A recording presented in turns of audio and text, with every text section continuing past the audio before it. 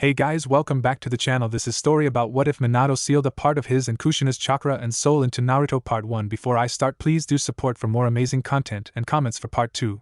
Do consider to subscribe my channel and share my video to your friends and check out the description as well. Let's start the video. Namikaze Minato was a man with experience in both war and love. He had faced armies of soldiers and never once had he flinched.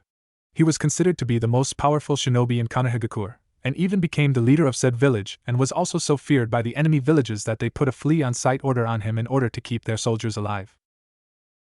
He had married a young beautiful woman with long crimson-red hair by the name of Uzumaki Kushina, who was the jailer of the most powerful being that walked the nations of the elements, Kyubi no Kitsune.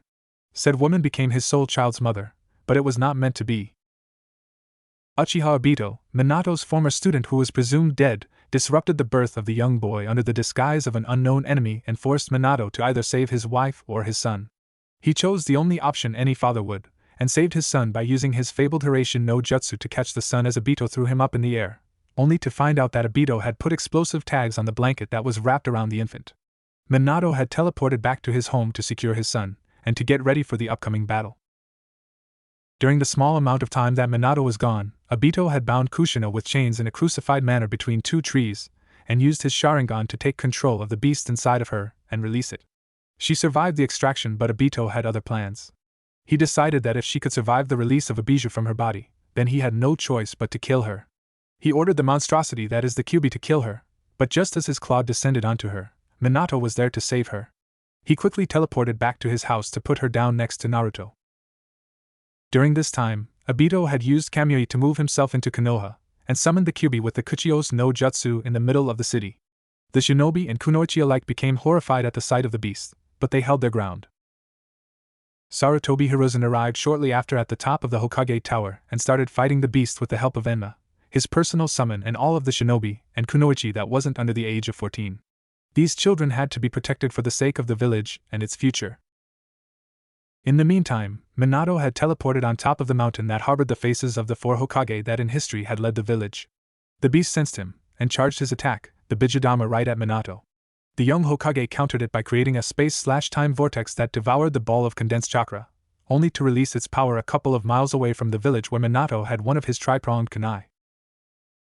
Just as he had sent the attack away, he sensed Obito behind him, and swung the kunai he had in hand at him, only to have it pass right through the masked enemy. Just as his hand and kunai had passed through Obito, he was grabbed, and started to become distorted by a time-space vortex much like the defensive barrier that he had used only a couple of seconds ago. He understood what this was, a Jikuken ninjutsu. He quickly used Hiraishi to get away from the horrifying situation that he was put in, only to be followed by his former student. Minato was scared shitless. Not many people had the power and knowledge to use Jikuken ninjutsu, especially not something that surpassed his own. Minato decided to go straight at him, only to go through him and get encased by a chain, which he quickly teleported out from. He thought for a few seconds, before charging straight at Obito with a Rasengan in his hand, while throwing the kunai he had in his other hand straight at his head. It passed right through him, but just as Obito was going to grab him again to teleport the Hokage away, the blonde vanished. Obito then felt a horrifying pain in his back, which was the result of the Rasengan that Minato had smashed into him. When Minato removed his hand from Obito's back, a Jutsushiki could be seen lingering along Obito's back. Obito knew that he couldn't stay down for long, and quickly got up and jumped onto a wooden stump. Obito thought he had won, but his victory was short as Minato suddenly was in his face with his hand pressed at his stomach with a summoning disruption technique being used. The Kyubi was no longer under Obito's control. Obito quickly retreated, and Minato knew that he couldn't pursue the masked man, so he decided to teleport into the city and summon Gamabunta to hold Kyubi down. He then teleported himself and the beast away, and quickly created a Kagebunshin to get his wife and his son. Minato knew that there was only one way to keep the village safe, and that was to seal the beast into someone. And that someone would be his son. Kushina protested, saying that she should be the one that it was going to be sealed in. They both knew, however, that she would never survive the sealing a second time as she was too exhausted and her life force was drained from the extraction. Minato started preparing for the sealing ceremony while Kushina quickly put up a barrier to keep the Kyubi from running away, and then used her chakra chains to keep him still. Minato performed the Shikifuin, a technique that summoned the Reaper itself to perform the sealing, at the cost of his life. Minato knew this was the only seal in his possession that was going to be able to keep the beast from being released. He quickly sealed half the chakra into his son, But before he could seal the rest into himself, Kyuubi lashed out at the boy. Both Kushina and Minato caught the claw with their bodies, impaling them both. They now knew that they were both going to die, so they decided to tell their goodbyes to their child. Minato performed the seal, and not only sealed the rest of the Kyuubi inside of himself but also added a second layer onto the seal that was on his son, this time with some of his own and his wife's chakra and a part of their souls. Seconds later they both passed away, not knowing what side effects his imprint would have on his son. There had been a flaw in Minato's seal. A major one. The seal was designed to siphon Kyuubi's chakra into his son's chakra coils so that he would in the future be able to use it to defend himself, and the part where both his own and Kushina's chakra and soul resided was not supposed to do that, but it did. Throughout the first 6 years of this boy's life, he was given memories in the form of dreams of his parents. He had knowledge of things that he shouldn't, and he would constantly get headaches from the overflowing data that was transferred to his brain by the seal. His personality was slowly becoming more and more like his father, but he still retained the mischievous traits that his mother had. Because of this flaw, the boy was a literal genius. His mind worked like no other, and he calculated everything with extreme precision. Things that would take months, if not years to learn, was learned on the first try, as if he already knew it. The knowledge, memories and therefore the experience that his parents had mistakenly fused into him had turned him into a strong individual already at the age of 6. He was seen as an intelligent being, and even though he was unnaturally mature for his age, he was still a bit childish, and would pull pranks on somewhat random victims.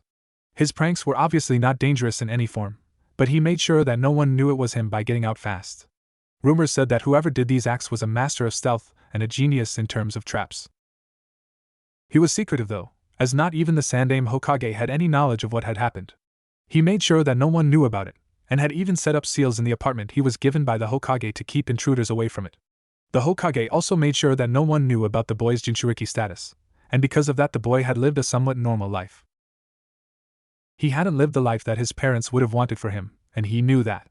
He did however have friends, and he wasn't as hated or feared as a Jinchuriki usually is. No, he was just left alone because the Hokage didn't know what to do with him, but the boy had asked him if he could live alone in an apartment. And why would the Hokage say no to that?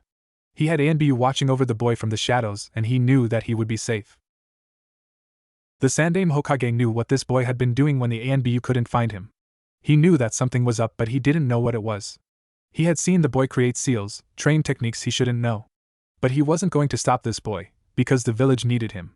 They needed a force that would be strong enough to defend the village against the outside threat, and if this boy needed help in training then he would give it to him. This boy's name is Uzumaki Naruto, and this is the start of his tale. 6 years after the incident. Uzumaki Naruto woke up with a big smile on his face. Today was the first day at the academy. Even though he had been excited for the whole week, he had been able to sleep without any problem, and woke up with the energy that everyone knew he had. The hyperactive troublemaking genius stood up at a length of 4 feet, which could be considered tall for his age. He looked at the clock and saw that it was 7 a.m. Well, at least I won't be late, he said, as he went over to the bathroom and took a shower. 5 minutes later he came back into his bedroom and got dressed. He put on a black t-shirt with a swirl on its back, and a pair of black short pants that went down to his ankles. He then went to the kitchen and got himself some cereal, milk and an apple to eat for breakfast. Contrary to popular beliefs, Naruto actually ate healthy. He only ate ramen from time to time because it was his favorite dish, and he knew that it wasn't that bad as he was burning the carbs with the training he was doing, which would be considered an unhealthy form of training for someone so young. He didn't care though. He wanted to become strong enough to protect his precious people, and to do that he needed to train hard. After he had eaten his breakfast he made his way to the grocery store on the other side of the road. Naruto was apparently the first customer of the day, and he was greeted by the clerk. "Hello Naruto-kun, how are you today?" The clerk asked with a cheerful smile on his face, to which Naruto replied with "Hi Tetsujiji, I am fine. How are you?" he asked before taking a cart to put his groceries in. "I am fine and I thank you for asking, young man." The clerk, Tetsu, replied before Naruto made his way to the vegetables and picked up some carrots, apples and paprika before getting some noodle packages and then going to the clerk to pay for the groceries. "That will be 150 ryo," Tetsu said, and Naruto paid him before waving goodbye and went back home to put the groceries on the shelves and in the fridge. After that he went to the Hokage Tower where he met up with the Hokage himself, who was the person to enroll him into the academy. Throughout this whole day Naruto had not stopped smiling. He was really excited about starting school and he really wanted to become a ninja so that he could become even stronger and help people in need. "Hi Ji-chan. Naruto said, running towards the old man before giving him a hug, which was returned by Hiruzen. They then started walking towards the academy, and while doing so they held a little conversation.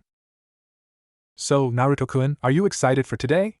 the old man asked, to which Naruto replied with, "Yeah, I'm really excited. I can't wait to meet all my classmates and my teachers. And just you wait, I will become a ninja in no time."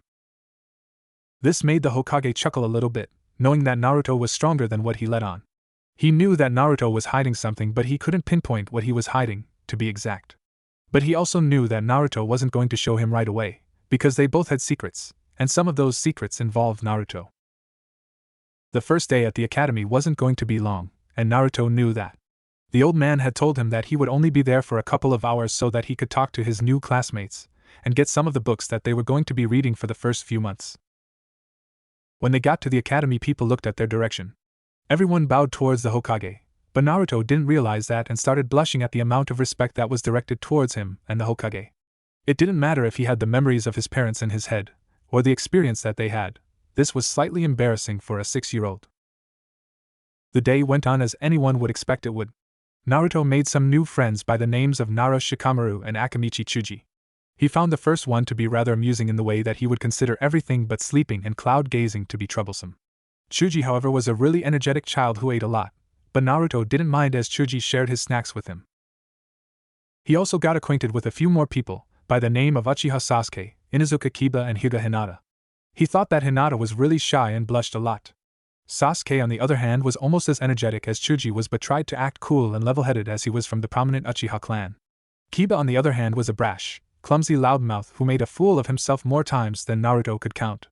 All in all, it had been a fun day, but after eating lunch with his classmates, Naruto decided it was time to train, so he went to one of the training grounds to see if it was free, which it was. He had left a Kagebunshin in his home to keep himself from caught doing high-level ninjutsu by the Hokage. This is what he would be doing for the next few weeks. Train to the point of exhaustion before teleporting back to his apartment where his clone was residing, reading up and doing the homework that Naruto had been given. He would then eat his dinner and go to the shower before going off to bed so that he would be able to train another day. A month later, Naruto was making his way home from the training field. He had trained a little bit less this day because he had a feeling that something bad was going to happen. He was walking down the road where the Hyuga compound was, when he saw a man with a foreign headband on his head run with something in his arms. Naruto immediately thought something was fishy and decided to follow the man. He masked his chakra and tailed him for several blocks before seeing what he was holding, a child. Naruto knew what this was. A kidnapping. He knew he had to stop the man from getting away with the child and decided to confront him by jumping right in front of him, which frightened the man for a second before realizing it was just a child that was standing right in front of him. "And what are you doing here, brat?" the man asked with a slightly sadistic smile on his face, to which Naruto only replied in a tone that made the man shiver slightly. "To stop you." This made the man nervous. He had never seen a child behave like this, to speak with such a cold tone. It was almost unheard of. Naruto decided that he had no time to talk, and went all out, throwing a kunai that had a bit of cloth wrapped around it with a seal the man had never seen before. The man just thought, "Is this child throwing an explosive kunai at me?" and decided to dodge it while running towards him. What happened next was something the man did not see coming. The boy vanished, and suddenly he felt a pain in his shoulder. "Fuck, this brat is fast. How the hell did he wound me this much?" the man thought as he accidentally dropped the child and the blanket he held.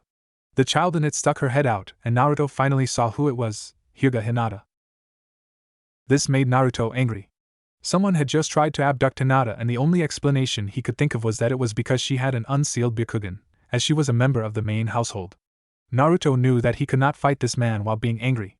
He had jumped away from the man after he had stabbed him in the shoulder. He knew that he needed to get Hinata away from the man before doing something about her kidnapper, so he threw the kunai towards the side of her head, caught it, dropped it on the ground, grabbed her and vanished. He laid her down on his bed and said, "I will not let anyone harm you, Hinata. I will be back in a few moments," before kissing her on the forehead, which gave her a major blush, before he vanished. He appeared at the kunai again only to be kicked in the stomach and sent into the wall behind him. "So, that's your trick, huh? You use a Fuin no Shunshin to jump to the target? That's something else, brat, but you forget one thing. I am a Chunin and you are just a child," exclaimed the man as he charged towards him. Naruto quickly regained himself before seeing the man charge at him. He knew that he couldn't hold back against this man, but he also knew that his repertoire of ninjutsu wasn't that big. He had only managed to recreate the Hiraishin no Jutsu and needed more time to create other techniques. He quickly got up and dodged the man's kick that he was sending towards him, and went into a defensive stance and dodged as many attacks as the man sent towards him as he could. He knew that he couldn't keep this up for much longer. He was already exhausted from the training, and he knew for a fact that it was only a matter of time before the adrenaline in his body would run out. After several attacks had landed, Naruto was on the ground. Even with the knowledge his father and mother had given him, he couldn't do anything against this man. He didn't have the combat seals that he had created, they were at home. In the heat of the moment he had forgotten them and the man had gone into close combat to seal the deal. Just as the man was about to deliver the final blow to Naruto in the form of a kunai to his throat, the man suddenly fell over him, dead. What he saw next surprised him. In front of him stood Hyuga Hayashi, the clan head of the Hyuga family. "Where is my daughter?" he asked with a stern look, which frightened the exhausted Uzumaki. Naruto could only reply, "She's at my apartment," before passing out. Hayashi sighed, and pulled Naruto up and carried him over his shoulder to the boy's apartment, and was surprised when he saw that Hinata was lying there on the bed, sleeping peacefully. This made Hayashi glad. His eldest daughter was alive and well, and there was no indication that she was harmed. He knew that the boy would be fine, but was surprised when he saw that there were not only one holster for kunai next to the bed. There were 4, and all of the hilts had seals on them. Hayashi took a closer look at the seal and his eyes widened as it dawned on him. This was the Jutsu Shiki for Hiraishin no Jutsu. This boy is powerful. Very powerful for his age. It also seems that he's trying to keep it a secret from everyone, including the Hokage, as we have not heard anything about him being able to use an S-rank technique that was thought to be lost after the 4th Hokage's demise. Hayashi thought. "Do not worry, Naruto, I will keep this a secret of yours, just that, a secret. I just hope that you will keep my Hinata out of danger like you did tonight, Naruto-kun." With that he placed Naruto on the other side of the king-sized bed that was in the bedroom, and picked up his daughter before carefully walking out of the apartment, not wanting to be caught in one of the traps that he had seen with his Byakugan. "Become strong, Naruto. Become strong and make your parents proud." "I know I already am," was the last thing Hayashi thought before he vanished from Naruto's apartment in a Konoha no Shunshin. Naruto woke up with a headache. A huge one. His body was also aching like mad. He didn't have any wounds or anything, it was just aching from the beating he had been given from the foreign man that had kidnapped Hinata. Hinata! He thought as his mind started racing. He looked at the other side of the bed and saw nothing. He jumped out of the window and jumped up on the roof of the other side of the road before taking off in a speed that not many could track, even though his body was in such a bad state. He didn't care if the A&B that was guarding him saw him run. All I could think about was the fact that Hinata wasn't where he left her. What if she had been kidnapped again? What if she was in trouble? He sped through the village towards the Hyuga compound and ran so fast that the guards barely saw him move. They yelled at him, but he didn't care. He needed to talk to Hayashi about what happened last night. He quickly got to the main household and saw Hayashi paint on a canvas. "Hayashi-sama!" Naruto exclaimed, to which Hayashi turned in surprise towards, before replying, "Ah, hello Naruto-san, what are you doing here?" In any other situation, Hayashi would have scolded a person who would just run into his compound uninvited. But he was expecting Naruto after what happened the day before. Just not this soon. "Where's Hinata?" Naruto asked, before Hayashi smiled and said, "She's fine. She's in her bed, and I have to thank you for what you did yesterday. Without you I would have lost her. You have my gratitude, Naruto-san." "Is she okay?" "That's great." Naruto sighed in a relieving manner before looking at Hayashi with a serious look and saying, "What happened yesterday must remain a secret. I do not want anyone to know what I'm capable of." To which the clan head nodded at before replying, "Yes, I figured you would say that. If it comes up I will say that I was the one who killed the Kumonin." This was even more of a relief to Naruto. His cover wasn't completely blown. Then he heard Kumonin and had a déjà vu. His mother had been kidnapped by Kumo only to be rescued by his father. He smiled at Hayashi before bowing at him while saying, "Thank you for your time, Hayashi-sama. I must take my leave now," before running off at the same speed as he came with. Hayashi only had one thought in his mind: you will become strong, your parents would be proud of you, Naruto. With Naruto had many things racing through his mind now. Had anyone seen him use Hiraishin no Jutsu? Had anyone seen him use his father's taijutsu? He knew that it was bad. If he got caught, who knew what would happen? No one knew what he was capable of, except for Hayashi, who had seen it firsthand. He decided to not think about it as he rounded a corner into a dark alley before vanishing from sight in the form of Hiraishin no Jutsu to his home. He landed at home and undressed himself before taking a shower. Almost an hour later he got out and had put on a fresh set of clothes. He then realized something. What happened the night before was a déjà vu experience. His father had done almost the exact same thing, minus getting his ass handed to him by the enemy. His father had also saved a girl from Kumonin, and that girl had turned out to be his love of his life. He blushed a little, as he did not think that Hinata thought of him that way. The only reason she's blushing so much is because she's so shy, right? He thought. He heard the doorbell. He quickly went to open and was surprised to see that it was Hinata with a cadet branch guard. Hey Hinata-chan. How are you?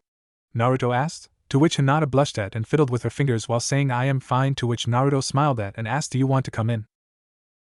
And no, I am only here to say thank you for what you did last night, she muttered in a volume that only he heard.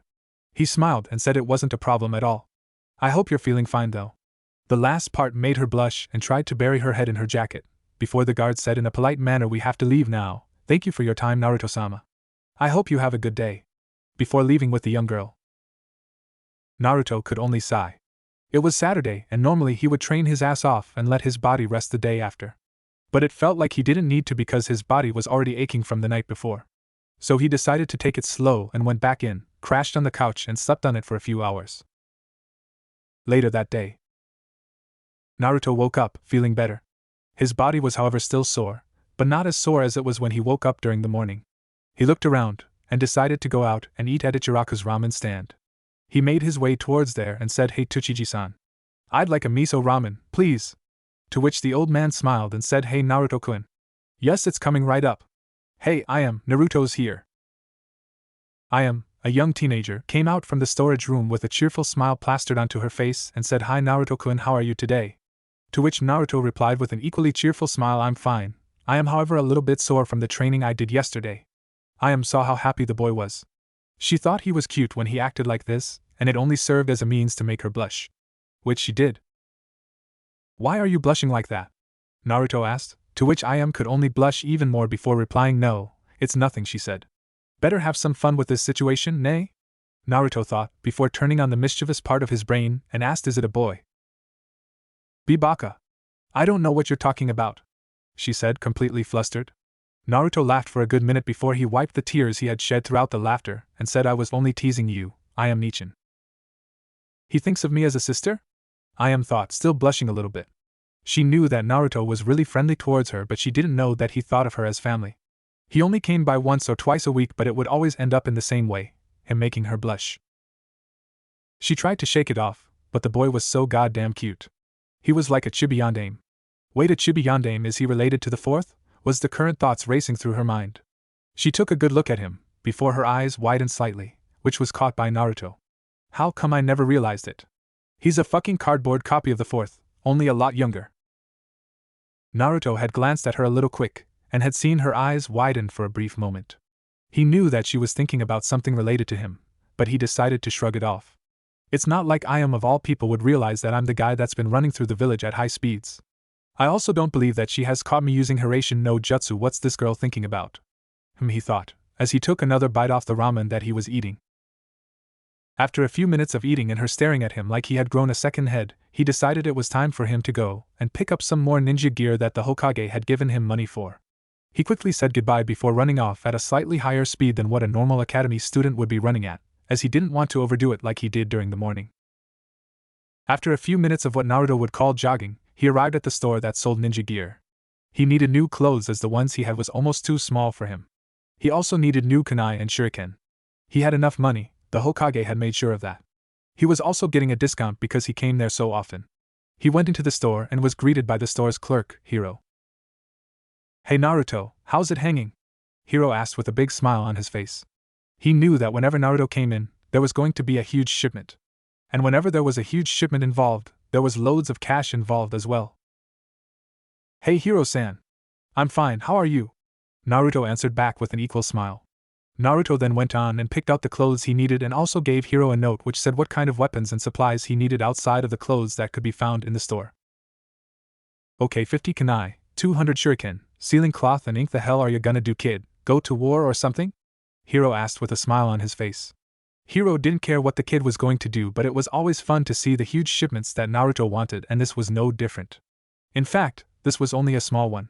Naruto went through weapons like he ate them or something. He didn't care how or why. All he cared about was the fact that Naruto was one of his most trusted customers that always came in with huge orders and he always paid for them, sometimes even before the order was ready.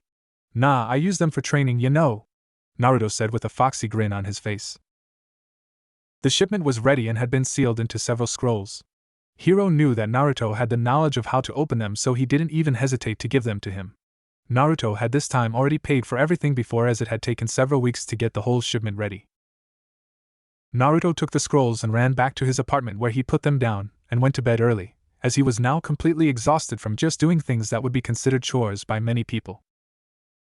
The next day, Naruto woke up with the feeling that something was off. It felt like someone had been in his apartment during the night, and quickly got up and took out a kunai out of the pouch that was lying on the nightstand. He carefully walked out of the bedroom and looked around, only to find nothing, or sense anything out of the ordinary. "I must be getting paranoid," the blonde just thought before doing what he does every morning, a shower and then breakfast. After 30 minutes he was ready to go to the training grounds to train, and so he created a Kage Bunshin to keep the ANBU that was guarding his apartment from the shadows from suspecting anything. He then vanished. Training Ground 7. Naruto appeared next to the tree that had one of his Jutsushiki planted on it. He saw that the training ground wasn't available, as he could see a Jounin and his genin train. He decided to watch what they were doing for a while, so he ran up onto the tree and sat down on one of the branches. He decided to take a good look at the 4 ninja that was standing on the training ground. Their sensei was showing them taijutsu. Naruto then looked over at the genin. The girl, probably around in the mid, had long purple hair, was wearing a purple tank top with a chunin vest over it, a pair of black pants with one weapon pouch on each leg. She also had a tanto on her back. Must have trained for a while with it, if she brings it to team training. Naruto thought she's also a chunin, must be from an earlier graduation. Wonder what happened to her former teammates? With that, his eyes darted towards the 2 males in the team. One had black spiky hair while the other one had short hair with a bang over his left eye. They both looked to be much younger than their female teammate. Must be from this year's batch of genin, Naruto thought, as he got up and decided that he was going to check for a different training ground. He vanished again, only to reappear at a different tree that also harbored one of his seals. This was Training Ground 17. It wasn't used often by any ninja, and this time it was no different. He decided that he was going to practice on recreating one of his father's original techniques. "I may have my father's knowledge, but my body is still lacking in strength and control," Naruto thought as he charged the palm of his hand with an orb of chakra. Same day, Hiruzen's perspective in third person. Sarutobi Hiruzen was a man with experience. He'd led his village to victory in 2 great wars and had fought in one of them. He had been in love, and had fathered several children. He had fought the Kyubi no Kitsune, a being of pure chakra in the form of a 9-tailed fox. But he had never seen anything like what he had just seen.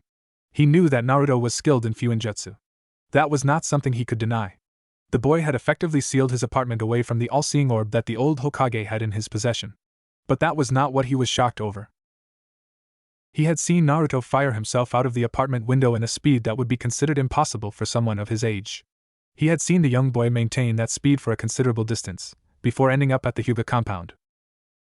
But what had shocked him to the core was the technique that Naruto had used after he had rounded a corner into an alley. He had seen the boy use the very technique that had won the village the 3rd Great Shinobi War, the Hiraishin no Jutsu.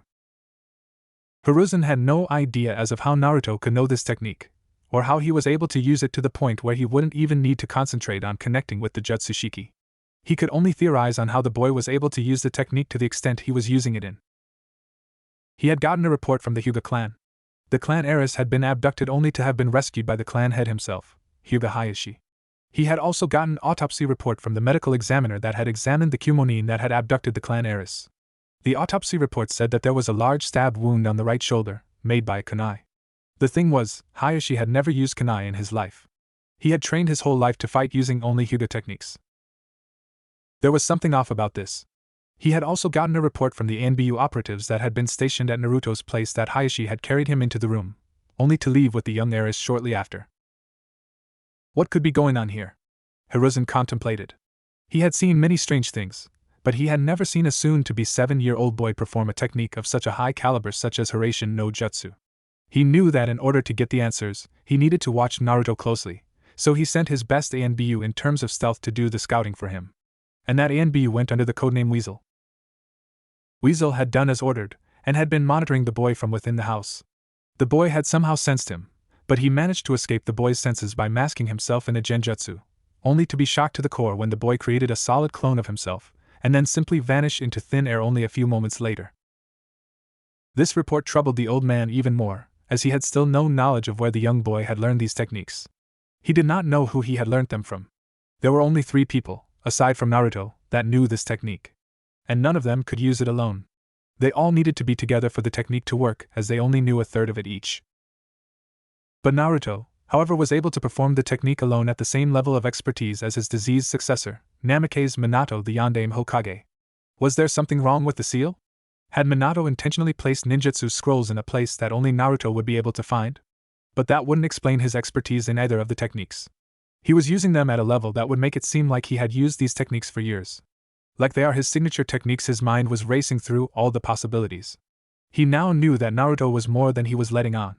He knew that Naruto was holding back in the academy. Wouldn't be surprised if he sent a Kage Bunshin every day to the academy. If he's able to perform Hiraishin to such an extent, then there is no doubt in my mind that he has mastered Kage Bunshin to the point where the teachers wouldn't be able to spot the difference. Hiruzen thought, before sighing as he decided to go over to the most powerful enemy any leader had ever faced, the paperwork of doom. Hinata's perspective, third person. Hinata had just gotten home from visiting Naruto. She understood that Naruto cared about her, judging from what he did the day before. She knew that the boy in question was stronger than he let on, and that he wasn't at his full strength when he encountered the Kumonin. She wanted to do more than just say thank you, but she couldn't find the courage to do it. She just didn't have the resolve, or the confidence in herself to do so. She wanted to hug the boy badly. But what would he think if she did so?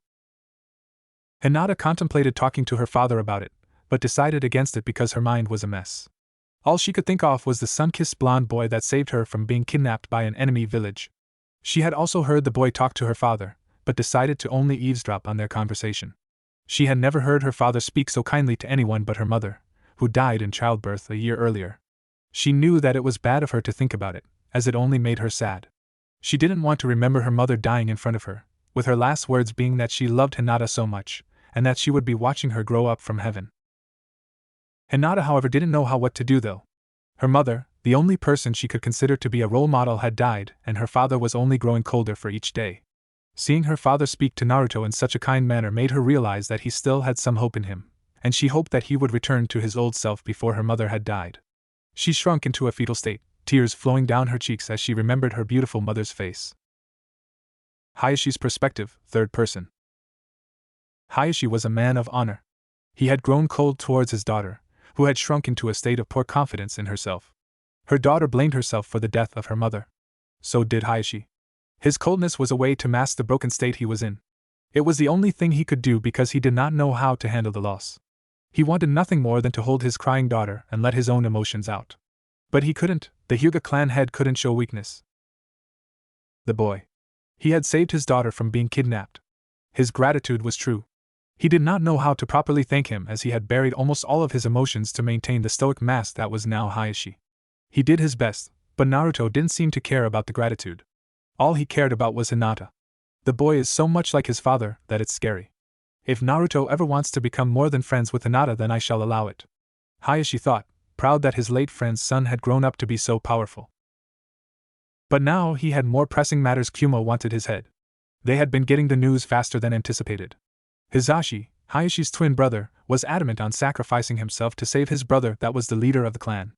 The emotions that was buried deep inside of him was screaming not to let him do it, but over the year he had stopped listening to them and decided to go with the only logical solution that was good for the clan, which was to sacrifice Hizashi. 14 months later, Naruto's age 8. With Naruto. A year had gone by since the Hyuga incident. Hinata's uncle had been executed by Kumo to avoid war. The Uchiha clan had been massacred by Uchiha Itachi. Naruto had been going hardcore on the training after what happened that day when Hinata had been kidnapped.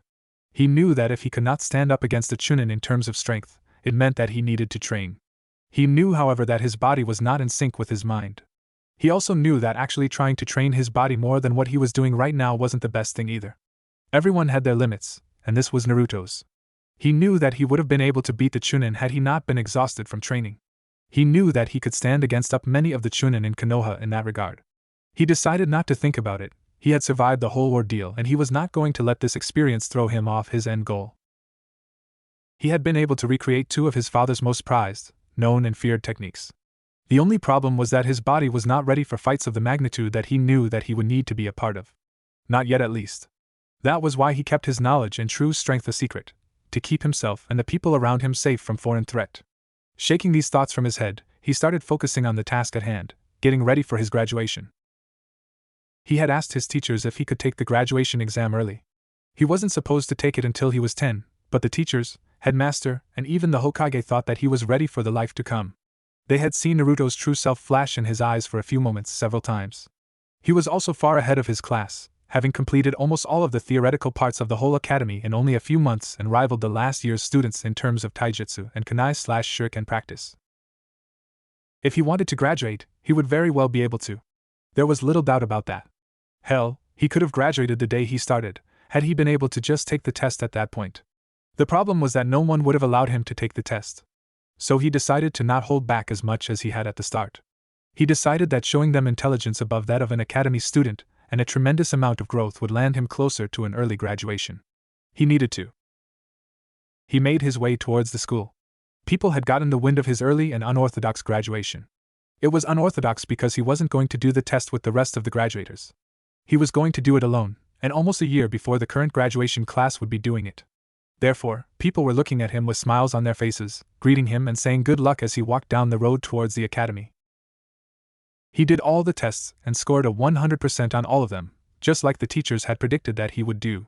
They could see that he was confident, and there was no fear of failing in his eyes. Only determination. The final test was the ninjutsu part.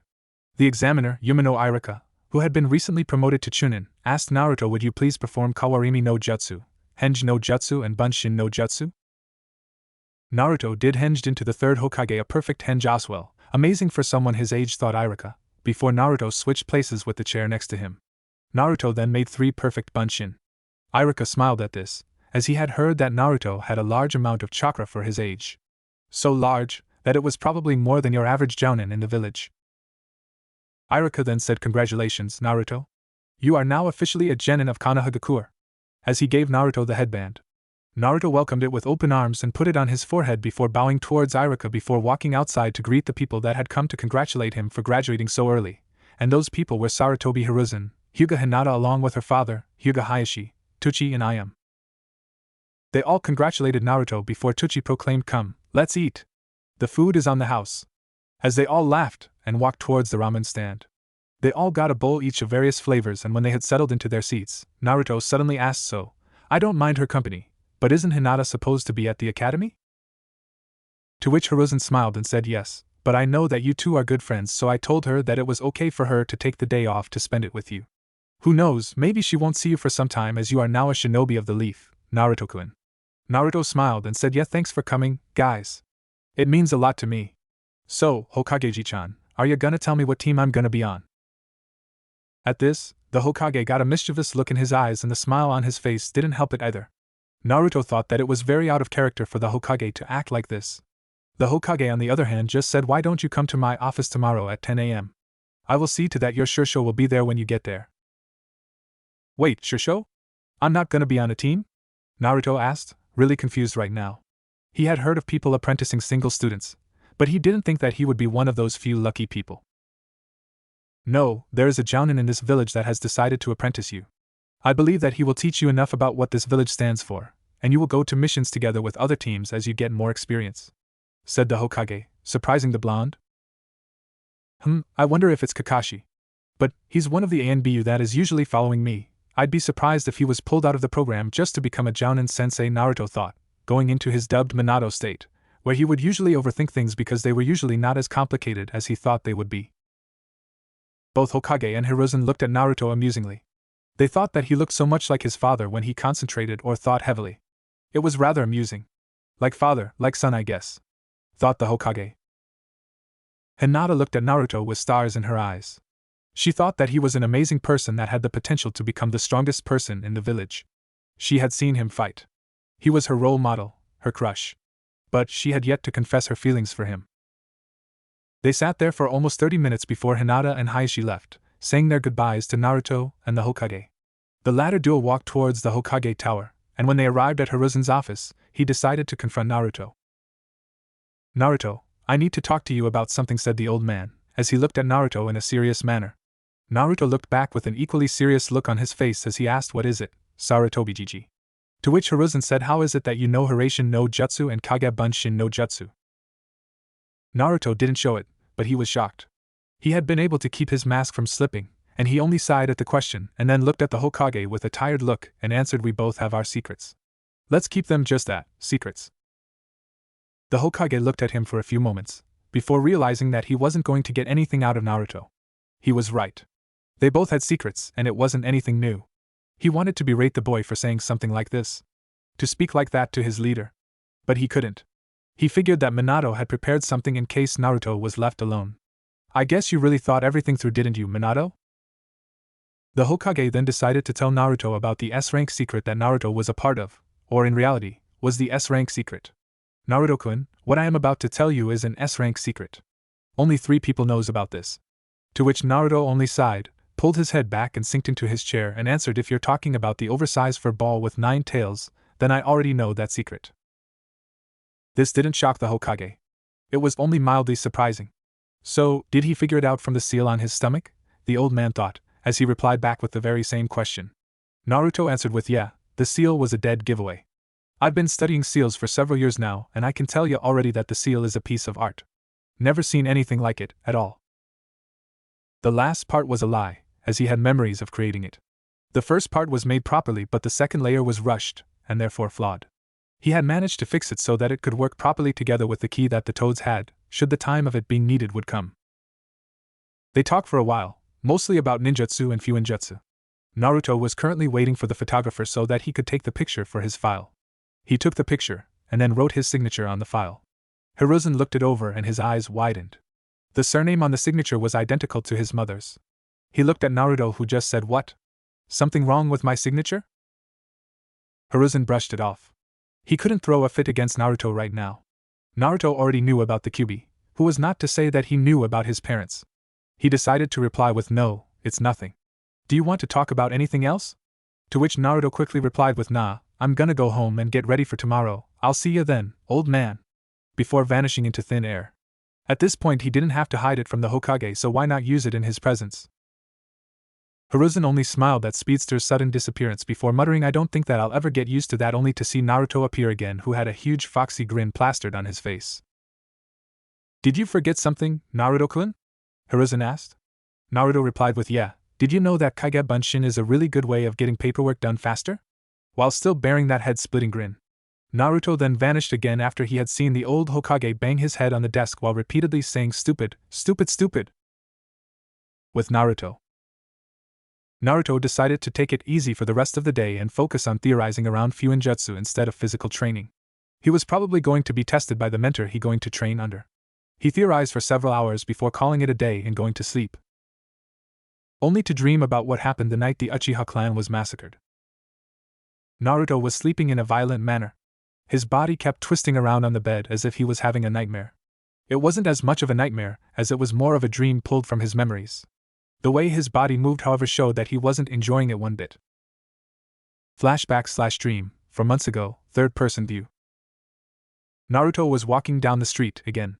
It felt as though every time he was walking home instead of just teleporting, something bad was going to happen. He knew it was a bad habit of his. This time, though, he hadn't trained as much as he usually did. He only did the warm-up to keep himself in shape. But it was late nonetheless. The reason he hadn't been training as much was because they had a trip to the bunkers to practice in case of an invasion. So, he got home late and decided to do some light training to spend the time. On his way home, however, he sensed that something was really wrong not too far away from him. He suddenly heard a horrifying scream, indicating violence. It was coming from the Uchiha compound. Naruto started sprinting. He flew past the people under him over the rooftops. When he got to the Uchiha compound's gate, he was horrified. There were corpses everywhere, and every one of them were from the Uchiha clan, be it children, women or men. He quickly ran straight towards the clan head's compound and quickly rushed through the sliding door and saw Weasel. Only this time he wasn't wearing the mask that he usually was, and his Sharingan was activated. "What the fuck have you done, Itachi?" Naruto exclaimed, seething in anger. The young Uchiha only looked at Naruto in pure boredom and said, "I am doing this to test my strength." A kunai flew past Itachi, and his eyes widened. He didn't even see the blonde's hand move. The next thing he knew, he was standing over a training field with Naruto in front of him. Naruto had used his momentum after Hiraishin no Jutsu to teleport them midair before landing and jumping away from the teenage Itachi. "What are you gonna do, Naruto-kun?" Itachi asked, while looking straight at Naruto, this time without the Sharingan. "Just give me straight answers, Itachi. How the fuck get you so twisted to butcher your family? Is it an assignment?" Naruto asked. However, what scared Itachi was the tone he was using. It was the same tone that Itachi had used just a moment ago, when Naruto had called him out. Itachi could also have sworn his eyes flickered red, and it made him weary. Is Naruto an Uchiha? No, that's not it. Why did his eyes flicker between blue and red? What are you hiding, Naruto-kun? Itachi wondered. He knew that Naruto could have taken him out. He knew that if Naruto could use Hiraishin no Jutsu, he could probably tag people, so to speak. If so, saying the wrong thing would most likely result in death. Itachi decided to tell him the truth. Yes, I was ordered by Hokage-sama to take the Uchiha clan out before they carried out the plans they were going to set into motion. Itachi said, as to which Naruto immediately replied with, "What plans?" "A coup d'etat," said Itachi. Naruto's eyes widened in realization. His father had been gone for too long. He didn't have the intel on what was happening during the council meetings. Shit, did the Hokage and the council do something to make the Uchiha feel like they were being watched over? No, they'd become the scapegoats of the QB incident. Or at least, they're suspects of being the ones that did it. Naruto sighed. He had just disrupted an ANBU mission that was without a doubt S rank. If the Hokage got the wind of this, he would most likely punish Naruto severely. It could very well lead to his execution, no matter how close he was to the old man. He decided to go all in and fake it. Leave your parents and Sasuke out of this. Do not become the monster you're trying to protect Konoha from. And do not touch your brother. Do not speak to him. You have already made the situation bad enough as it is. With that said, he vanished, leaving the ANBU captain to contemplate on what the 7-year-old boy just said. Itachi's eyes widened in realization of what he had just done. He had destroyed his own clan for the sake of the village, no, for the sake of the mission. What had happened? He knew that the Hokage would never order him to do something so extreme. Danzo, Itachi thought, as his eyes narrowed into a horizontal slit, before bursting into crows. With Naruto. Naruto reappeared in the Uchiha compound, frightening the two Uchiha. Unlike most times, he hadn't caught the kunai. He had only teleported to it. He looked at Fugaku and said, "Don't tell the Hokage what you saw. You brought this upon yourselves with your idiotic plan," as he vanished again, leaving the husband and wife to think of their sins. He had reappeared at the Hokage's compound to see what Itachi would do next. He heard them talk about the mission and how Itachi had failed it by letting his parents and brother survive. Itachi had decided not to tell the Hokage about Naruto's interference, much to Naruto's surprise. He could very well rat Naruto out for what he did, yet he didn't. He had also heard the Hokage say that he had 2 hours to get out of Konoha, as he would be branded as a nukenin then. Naruto resisted the urge to sigh, not wanting to get caught. He decided to leave at that point. He had already heard enough. End flashback/dream. Naruto woke up. His whole bed was drowned in sweat. It may not have been a nightmare, but head had just revisiting unwanted memories. He didn't like the outcome of what happened that night at all. The 2 older Uchiha had kept their mouths shut since that day, and so had Itachi. Naruto sighed. His head was far too deep into this shit. Naruto didn't want the Hokage to know that he had foiled their plans, and instead Itachi had told the Hokage that he couldn't kill his own family. He couldn't kill the 3 people he loved the most in his life. It just wasn't possible. Naruto knew, however, that this was a blatant lie. He had seen through Itachi's facade the moment he used the tone he had spoken with at the Uchiha complex. It was the tone of a hardened ANBU, and not the bored/emotionless one that everyone else would think. If he didn't have the memories of his father, he wouldn't have been able to recognize it.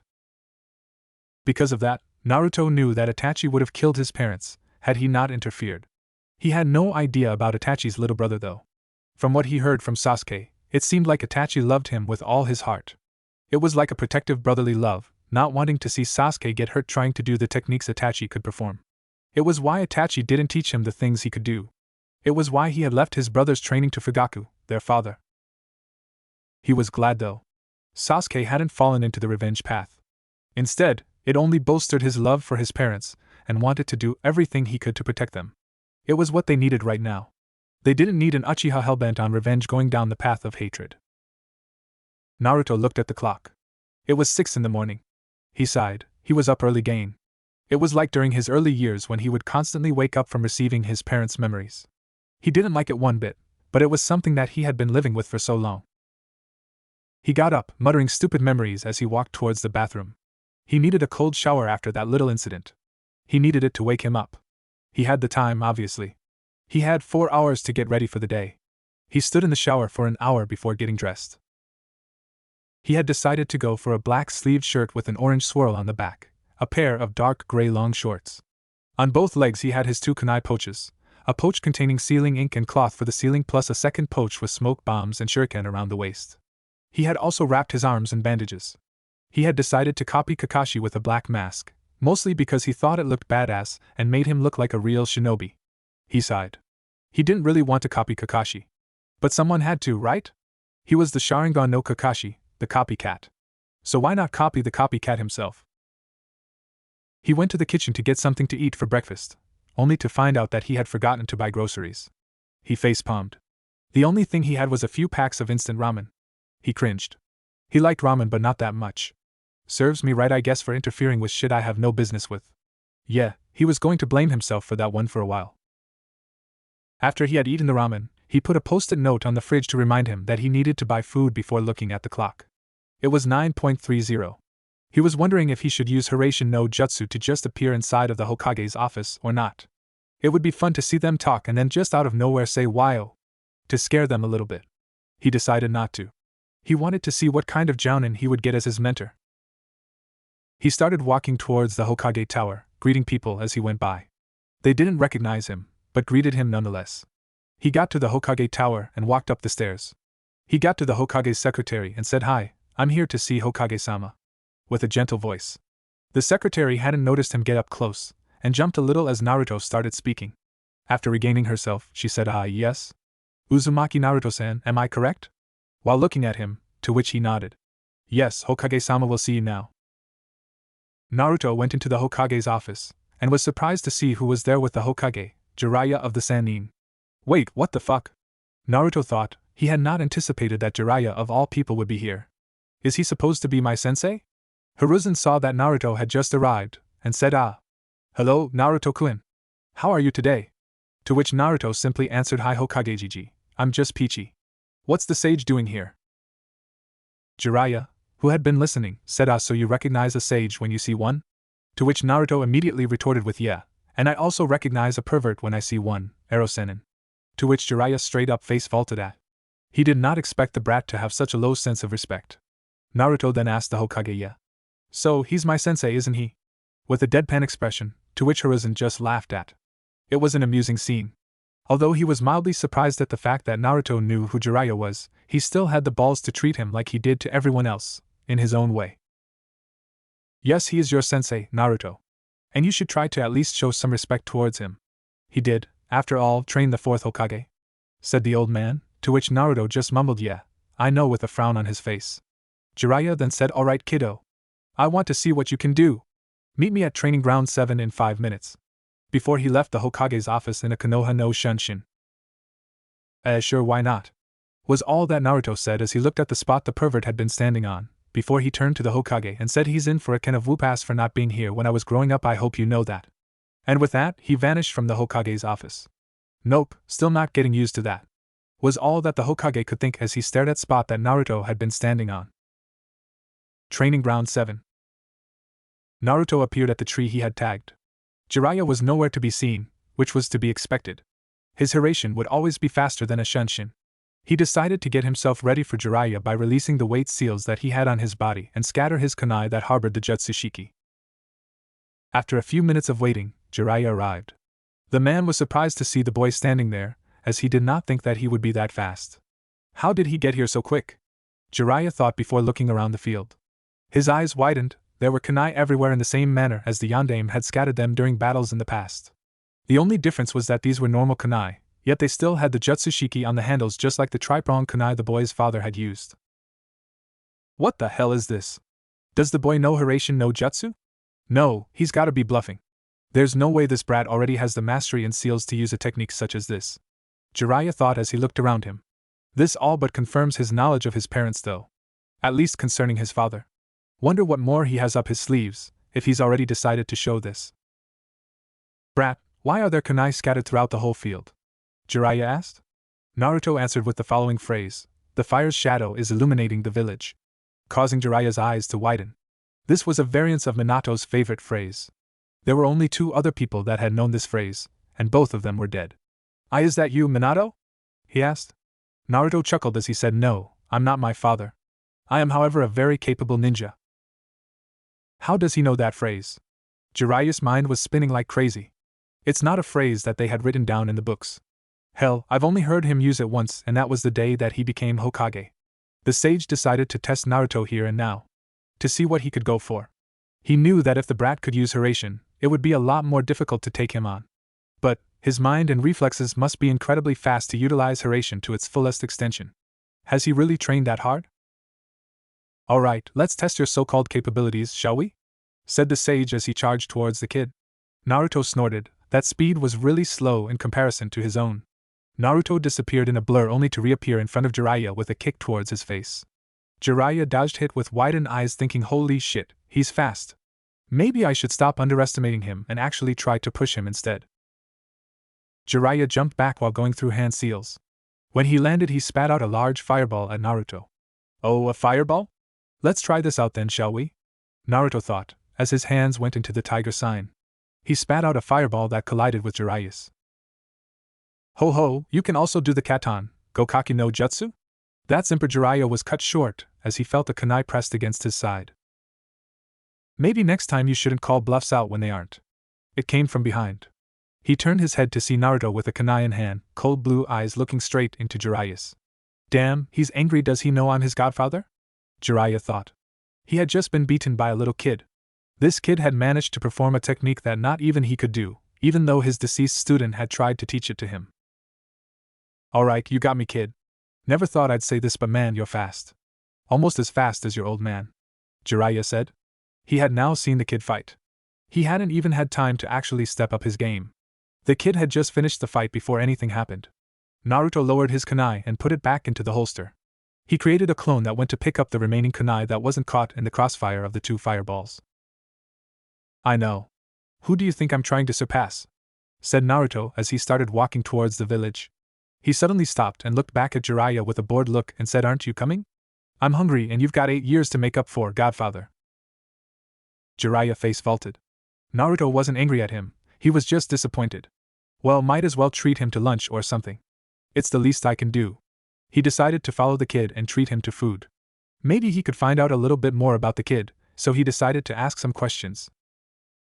So kid, how did you get so good at seals? He asked. Naruto just said I've studied seals for several years with the use of cage bunshin. They come in handy really well when it comes to theory. Now that I've answered one of your questions, you can answer one of mine. Naruto said, and Jiraiya nodded. We're not going to do D ranks, right? Nah, from what I've seen from you, you're way beyond genin level. Said Jiraiya as he continued, and besides, I don't want to do the chores that are called D-ranked missions anyway. Imagine, the great Sannin Jiraiya being reduced to doing D-ranks. Nope, not gonna happen. At that, they both started laughing. It was true, there was no way either of them were going to do D-ranked missions. After a few minutes of walking, they ended up at Ichiraku's Ramen. As they walked, Naruto said, Hey Tochiji-chan, and I am Michin. How are you? They looked up and smiled. Their favorite customer had arrived. Hey Naruto-kun, said I am before continuing, we're doing great. What about you? Naruto I smiled, still having the mask on, and said I'm fine, beat this old pervert next to me in a spar a few minutes ago. They looked to his right and their eyes widened. This was Jiraiya of the Sannin, one of Konohagakure's strongest shinobi.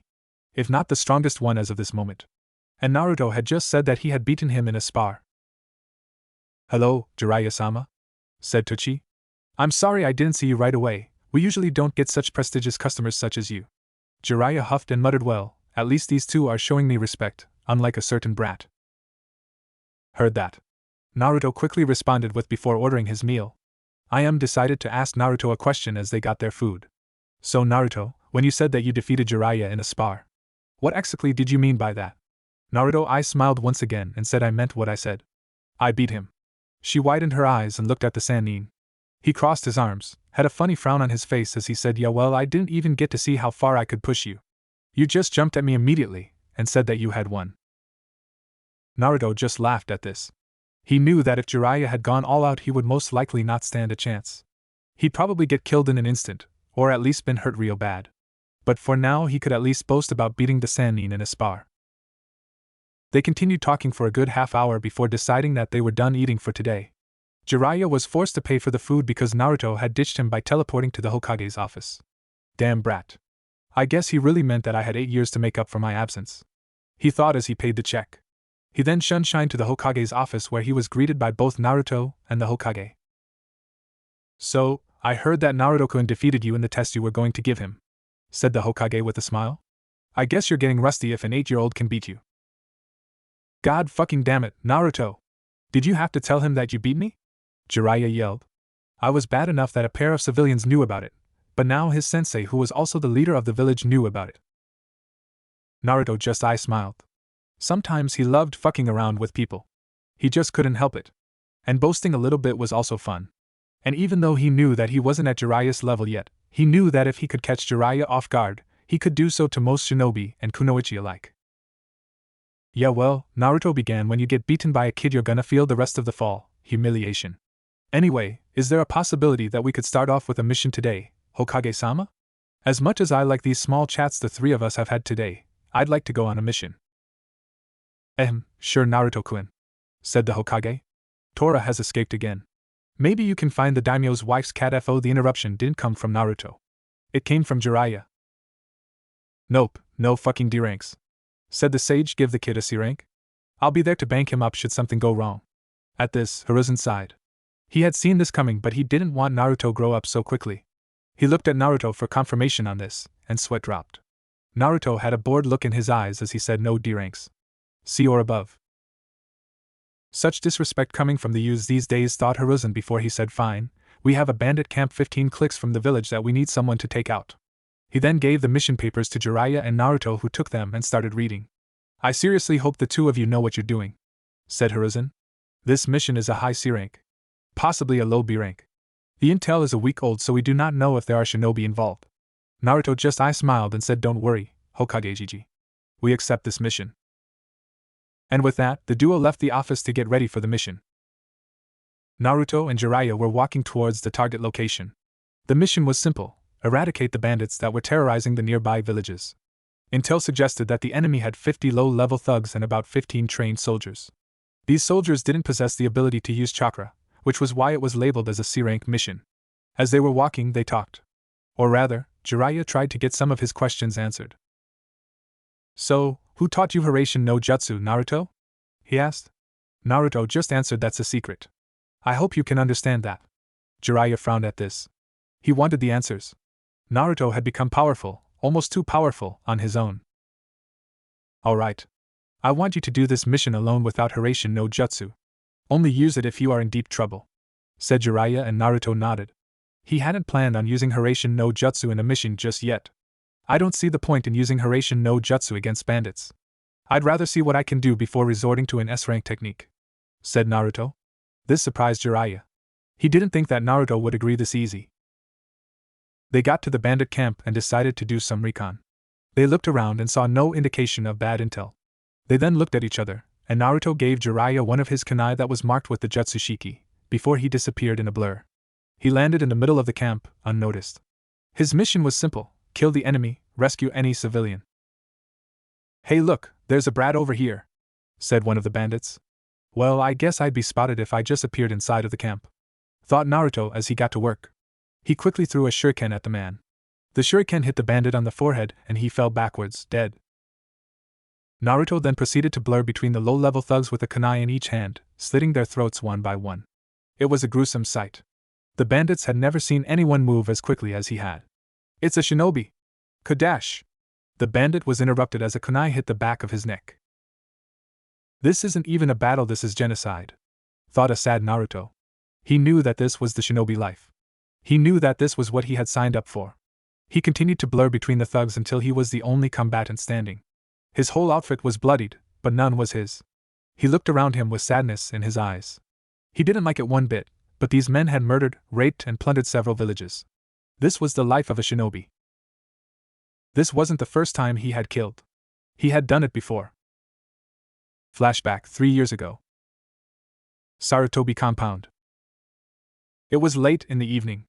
Naruto was alone in his room and was in his bed trying to sleep.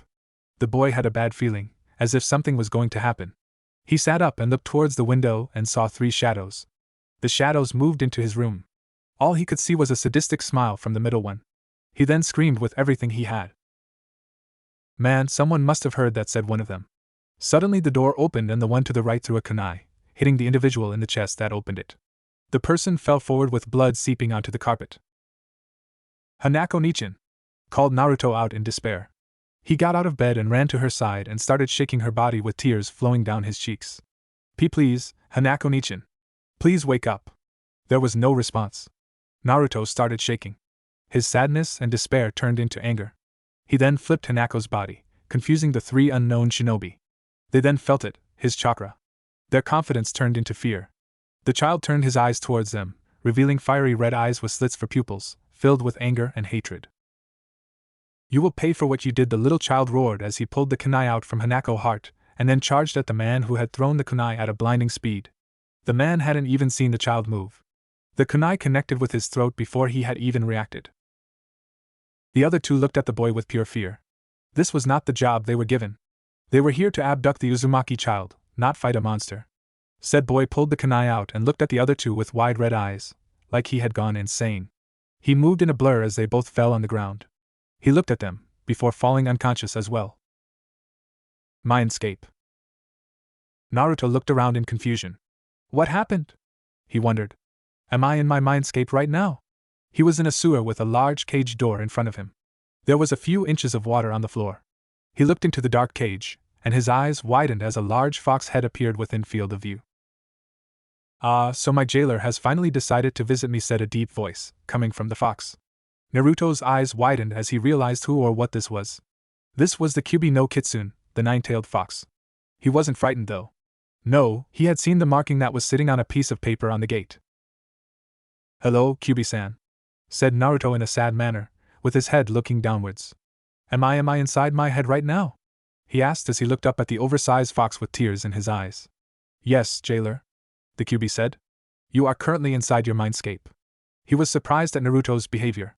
Not only did Naruto know where he was, but he also didn't show any form of fear in the presence of the big and mighty Kyubi. "How are you not scared?" the big fox asked. Naruto answered, "Well, I know that the paper on that gate is keeping you from getting out. I also know that you've only got half of your chakra right now, which means that you are not strong enough to completely break it with your raw power." The Kyubi's eyes widened. This boy knew his situation to the exact point. "You knew about me the whole team?" the Kyubi asked. Unlike his last host, he hadn't been able to see through the seal at all throughout the last few years. He had no idea what his jailer had experienced until he got angry enough to subconsciously draw on his power. "Yeah, I even fixed the seal that Tuchan screwed up," said Naruto. "He messed it up so now my memories is all mumbo-jumbo and I can't even tell whose my memories are my father's, my mother's or my own." This surprised the Kyubi even more. So, he has somehow absorbed his parents' memories, the big fox thought. Interesting. "I would suggest to not tell people about this, Naruto," said the Kyubi, before continuing. "With the knowledge of your parents, he could very well become the most powerful host I've ever had." "What? Why not?" asked Naruto. "Because as you are right now, even if you have the memories and techniques of your parents, your strength is not even close to what you'd be facing if this came out to the world." After he heard this, Naruto began thinking. The big fox had a point. If he told someone, who's to say that there isn't someone eavesdropping on them? The result could be devastating. "I guess you have a point, Kyubi-san," said Naruto as he looked at the Kyubi. He then realized what had happened only a few minutes ago. Wait, what happened to Hanako-nichan? The Kyubi only lowered his head and said, "I am sorry." She did not survive. The kunai struck her heart, and she died instantly. For what it's worth though, young man, you got your revenge instantaneously. You killed the men and avenged that young woman. Naruto's eyes grew wide in shock. He had killed someone. Sure, he had his parents' memories, but that didn't matter. He had just killed someone, and he was 5 years old. The Kyubi sighed. The boy was going into an emotional shock. He decided to handle it the best way he could, through fear. And so, he roared. "You did what you had to do, you little brat. It was either you, or them. You are not a monster for using my chakra to kill your enemies." No, you are the exact opposite. Now go back to the world of the living because I have just gotten a headache from watching you go into a fucking shock without a reason. End flashback. After that event, he had gone through counseling for the grief and emotional trauma that it had caused him. He didn't like killing, but he knew what he had to do to survive in this world. It turned out that the men had been from Kumogakure, much like with the incident that involved Hinata. He suddenly sensed a chakra build up. Katan, Gakakyu no Jutsu! He heard a voice call out. He looked to his left and saw a fireball closing in on him. He quickly sidestepped it and looked at who had fired it. It was clearly a shinobi. The fuck? There wasn't supposed to be any shinobi here. Naruto thought. This was bad, he hadn't anticipated a shinobi to be there. He studied his opponent and saw the leaf headband. A Konoha Nukenin? What the fuck? I don't recognize him from the bingo book. He thought, as he got ready for battle. The man was a lot longer than Naruto, had a standard Konoha Chunin outfit, minus the vest. His headband was slashed, which gave away the rogue element. The Nukenin also had a katana on his back. I should stay away from close combat. He's most likely physically stronger than I am. Who are you? The blonde asked. The shinobi only laughed and said I am Satoshi Kiba, former Chunin of Konoha. Who might you be, little kid? Sorry, that's classified, said Naruto, smirking under his mask. Thanks for telling me your name though, Kiba. It hit. The Nukenin got irritated by his behavior. Kiba went through hand seals and fired 6 small fireballs, indicating the katan, Hausenka no Jutsu. Naruto jumped into the air and spun a few times, throwing 4 shuriken as he dodged the small fireballs. He landed on his feet and the shuriken multiplied by 5 each. Kiba's eyes widened. He didn't see this coming. The brat had just used a B-rank technique. He quickly drew his sword and parried as many as he can, but a few of them wounded his arms and legs. He fell down and started panting. Shit, I got careless, he muttered. He looked up and saw Naruto running fast towards him. He stood up and raced towards the blonde as fast as he could, intending to go for close combat. I will not be beaten by a little brat, he roared, charging with his blade and poised towards Naruto. As the blade was about to hit him, Naruto moved his body to the left and pressed his index finger on Kiba's arm, sending some chakra through it. The Nukenin dropped his sword and screamed in agony. He had just hit a pressure point in the arm. Naruto then lost balance and skidded on the ground before regaining it and broke off the speed with his legs as he slid on the ground, panting. And I'm not going to die today either, Kiba-san, said the blonde as he stood up. Kiba looked at his right arm. He couldn't use it. What the fuck did you do to my arm, brat? He yelled. Naruto sighed. This man had abandoned his village and attacked him on a mission. That was the final mark of betrayal. He knew that Kiba had to die. FUCK, I underestimated this fucking brat. Kiba thought, how could I be so stupid? Konoha doesn't send children into combat without reasons. Naruto was closing in on him. He decided to get up and start running. Naruto sighed. Kiba wasn't a threat to him, and he knew that. He wasn't a part of the mission parameters. He decided to start opening the cages and let the prisoners out. As he was letting the last ones out, one of them approached him with a happy smile and tears in her eyes. Thank you, Shinobi-san. Thank you, she said, as she hugged him. His eyes widened. He didn't need their gratitude. He was just doing his job. He returned the hug nonetheless as he let a tear down his cheek. As they broke off the hug, the young woman took a good look at the boy. Her eyes widened as she realized that the shinobi in question was just a little kid. She also saw the sadness in his eyes. What made you this way? She thought as she continued to stare at him. But before she could say anything, Jiraiya came out from the woods. Good work, Naruto, he said, as he looked around the battlefield with a hint of sadness in his eyes. I hope this didn't break him, the Sannin thought. Why did Konoha send such a young man? Asked the young woman to Jiraiya. She didn't get his answer from him, however, it came from Naruto. I requested it. Her eyes widened. The boy had requested a mission like this? Why? She asked, sobbing. Naruto just looked at her with sadness in his eyes as he said, because I want to protect those who can't protect themselves. She looked at him in wonder. The boy had taken it upon himself to become a protector. A shield for the ones who couldn't defend themselves. As she was thinking, a little girl approached Naruto. Nichan, thank you for saving us, she said. Naruto looked at her for a moment before smiling and thinking, this is what I fight for. He then put his hand on the girl's head and ruffled her hair. No problem, kid, he said. Had they seen his mouth, they'd see a genuine smile. Jiraiya decided to butt in. It was clear that the boy wasn't emotionally broken. He went over to the boy and whispered in his ear. New mission parameters: escort the civilians to the closest town. With that, he told all of them to round up to a line and start walking. This part of the mission was pretty uneventful. Naruto had created 5 Kage Bunshin to guard the back, each with a Jutsushiki kunai on them that wouldn't dispel, should they do. He decided to speak to Jiraiya. Jiraiya-sensei, you saw what happened on the battlefield, right? He asked. Jiraiya nodded before saying yes. I also saw you take care of that Chunin. I'm surprised you didn't take him out though. It seemed easy by the way you handled the bandits. Naruto sighed. He wasn't threat to me. He may be in the future, but he isn't one now. And as for the bandits, it was almost too easy, the blonde said with sadness. I just hope I won't lose myself to the darkness like Itachi-senpai did. Jiraiya was surprised. He must have held Itachi in high regards for him to still call him his superior. This boy is showing wisdom way beyond his age. What is your dream, Naruto? Jiraiya asked, surprising the boy at the sudden question. He blushed as he answered, my dream is to become strong enough to take up my father's mantle as the Hokage, and bring peace to this world. Jiraiya smiled. This boy had a powerful dream. He might just be the one, Fukasaka-sensei. 3 days later, Konohagakure. Naruto was walking down the road towards the ramen stand, coming from the Hokage's office after the mission report. It had been a few days since he had eaten their delicious ramen. The mission had been a success, although it had become rather complicated after Satoshi Kiba arrived to fight Naruto. As the blonde boy was walking down, he recalled what they discussed back at the briefing. Flashback to 30 minutes ago. Naruto, now unmasked, and Jiraiya stood in front of the Hokage and Yumino Irika. They had just gotten back from an extermination/rescue/escort mission. The parameters had changed halfway and they had to do more than what they had been asked to do from the start. So, how did the mission go, Naruto?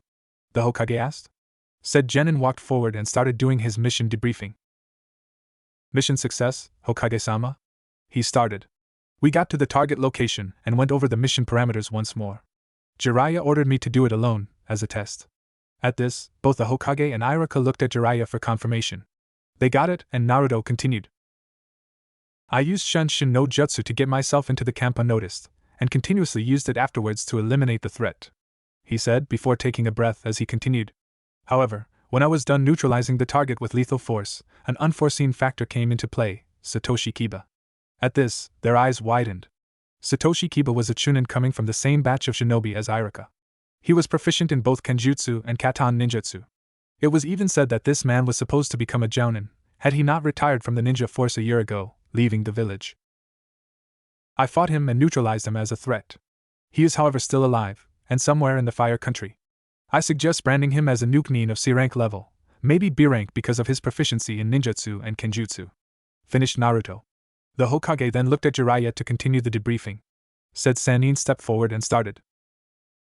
After Kiba retreated into the woods, Naruto started releasing the hostages. It was at that time that I got word from you, Hokage-sama, that we were to escort them to the closest village. That part of the mission was uneventful, and we stayed in the town for a day to make sure that they were truly safe. The Sannin finished. The Hokage nodded before smiling towards Naruto. Well done, Naruto-kun. Hiruzen started. You have come a long way in the past few days. Now back to the mission. Naruto, you suggested that Kiba is to be marked as a Nukenin of B-rank caliber? At this, Naruto nodded. Very well, he shall be marked as a traitor for attacking one of our own shinobi with the approach of capture or kill. Well done on this mission, Naruto-kun.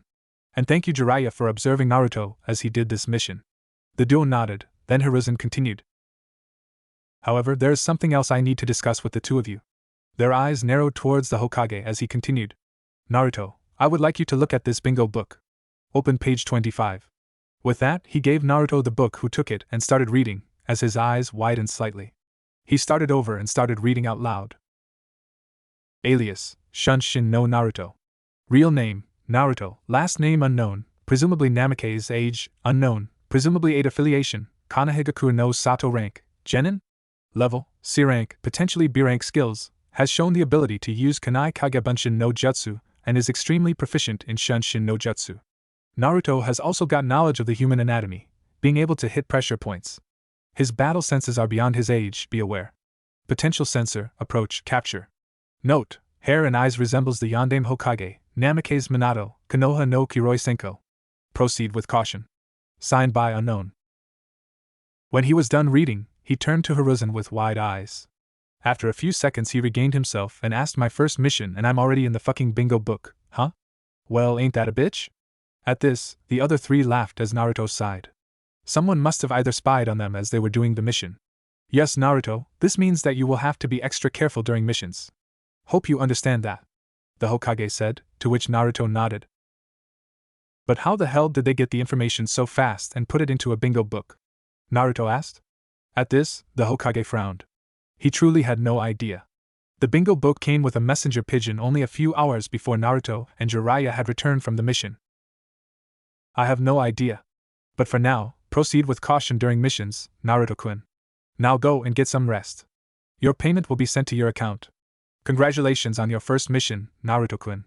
Especially for your first B rank. You're dismissed. Naruto's face split in half. His first mission had been a B rank mission. He resisted the urge to jump up in the air and cheer like a hyperactive brat. He resisted that urge a lot. Goddamn genes from my mother. Stupid hyperactive redhead, he thought. End flashback. As he came back to his senses, he had arrived at his destination. He walked in and saw two of his old classmates, Nara Shikamaru and Akamichi Chuji. He smiled. It had been a while since he had been able to talk to them. He sat down and waited for either Ayam or Tucci to come out from the back. Hey guys, how are ya? He asked. They both turned around, and the pineapple-haired sighed, muttering troublesome. Before answering, hey Naruto-senpai. We're fine, what about you? I'm doing great. A little bit hungry cause I got back from a mission, but otherwise I'm fine. What about you, Chuji? Gotten any better at Buben Baika no Jutsu? Naruto asked. He received a smile from Chuji before he said, yeah. It's getting bigger every week, dude. What kind of mission did you do? Did you rescue a princess? Thought an evil warlord? Come on, give us the details, Naruto-senpai. Haha, enthusiastic as usual, Chuji-kun. And no, I didn't rescue a princess or fight an evil warlord. I merely fought a bunch of samurai and then escorted some civilian captives to safety. Naruto said before continuing, but I wouldn't keep your hopes up about getting these kind of missions on the first day. The only reason I got to do it so quickly was because my sensei vouched for me. At that, Chuji sighed. Damn, what kind of missions are we gonna do when we graduate then?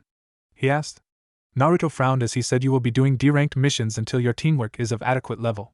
Those missions are more like chores in my opinion. I've seen Genin run around looking for a damn cat and paint fences. Luckily I won't have to deal with those for a while, heh. They talked for a minute before Ayam came out.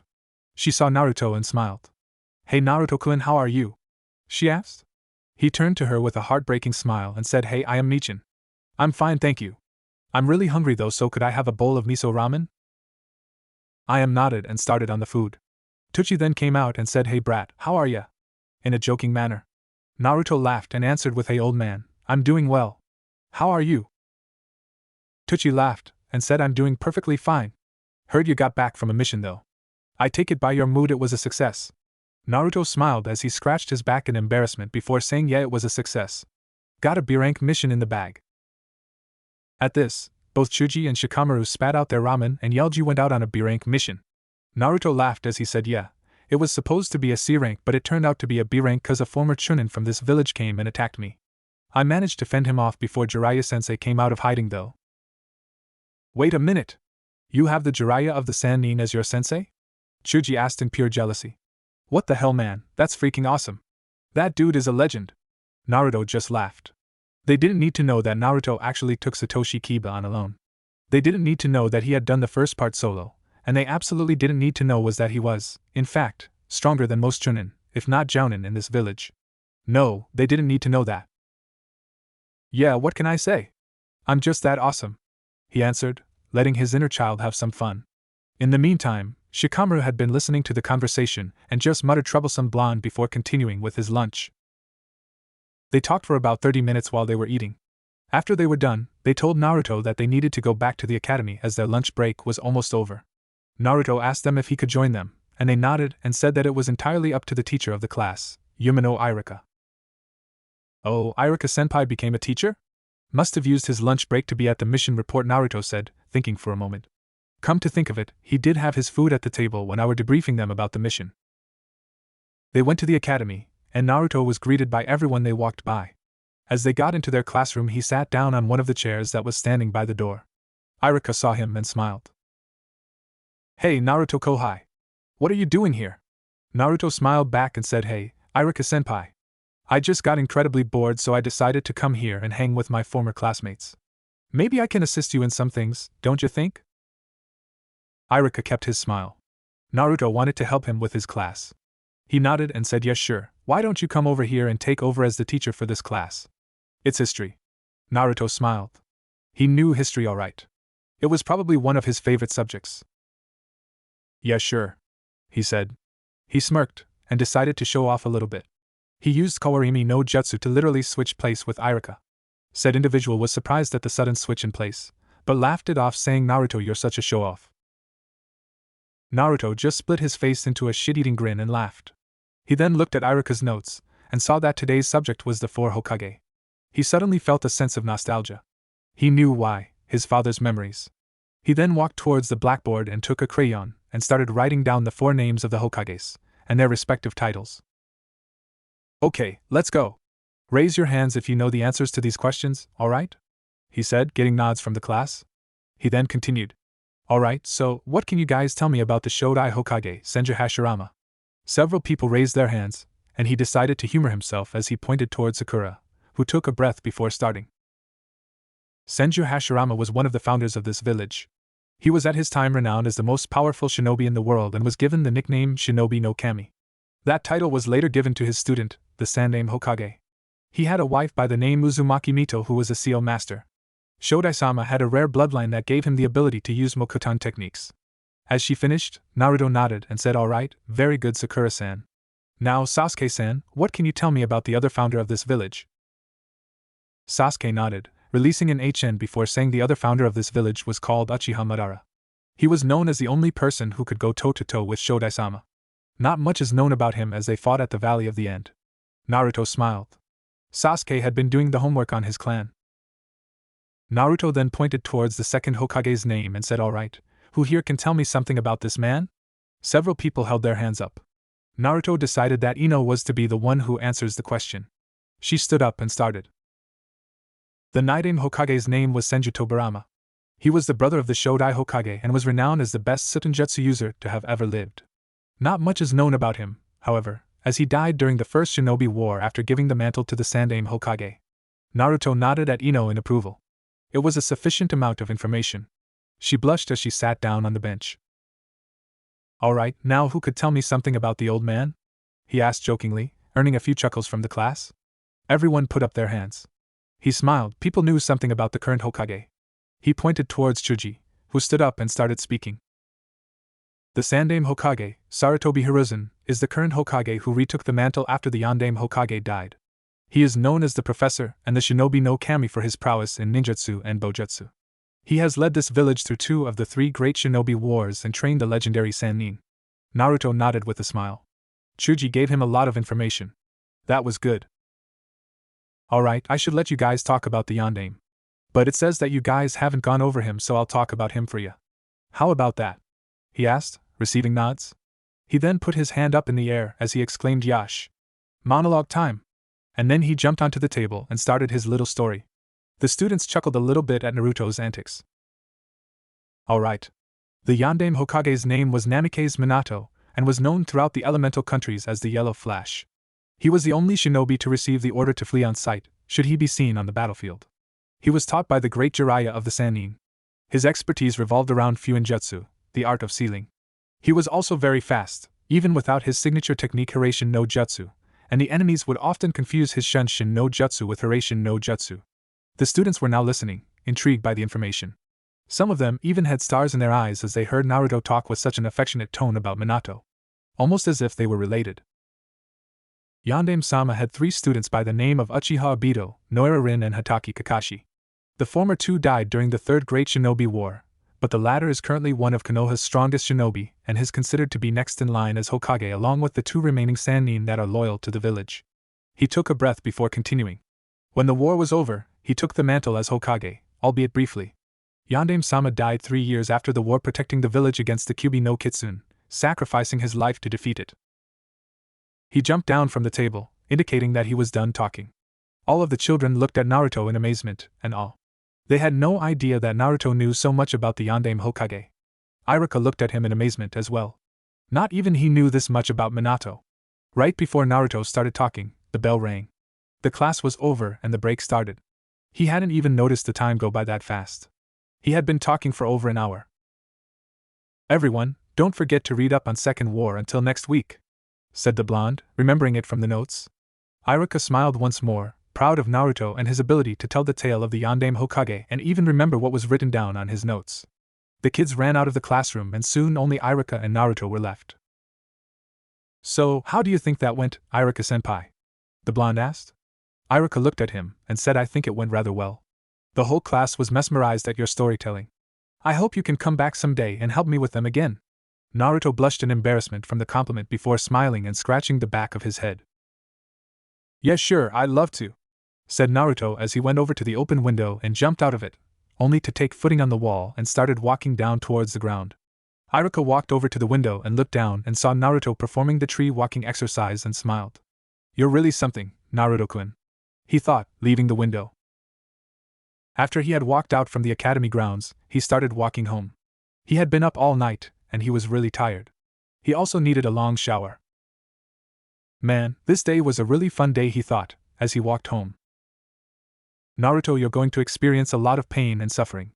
Remember who you are. Find a goal, a dream, and don't stop trying until it comes true. There's so much more that I want to say to teach you. I want to stay with you. I love you." Gasp! Naruto woke up with a swing, his upper body rocking up in the air. The memories, his parents' memories, were invading his dreams. The worst part was that he saw it through their perspective. It was annoying as he couldn't get much sleep when they came. He sighed.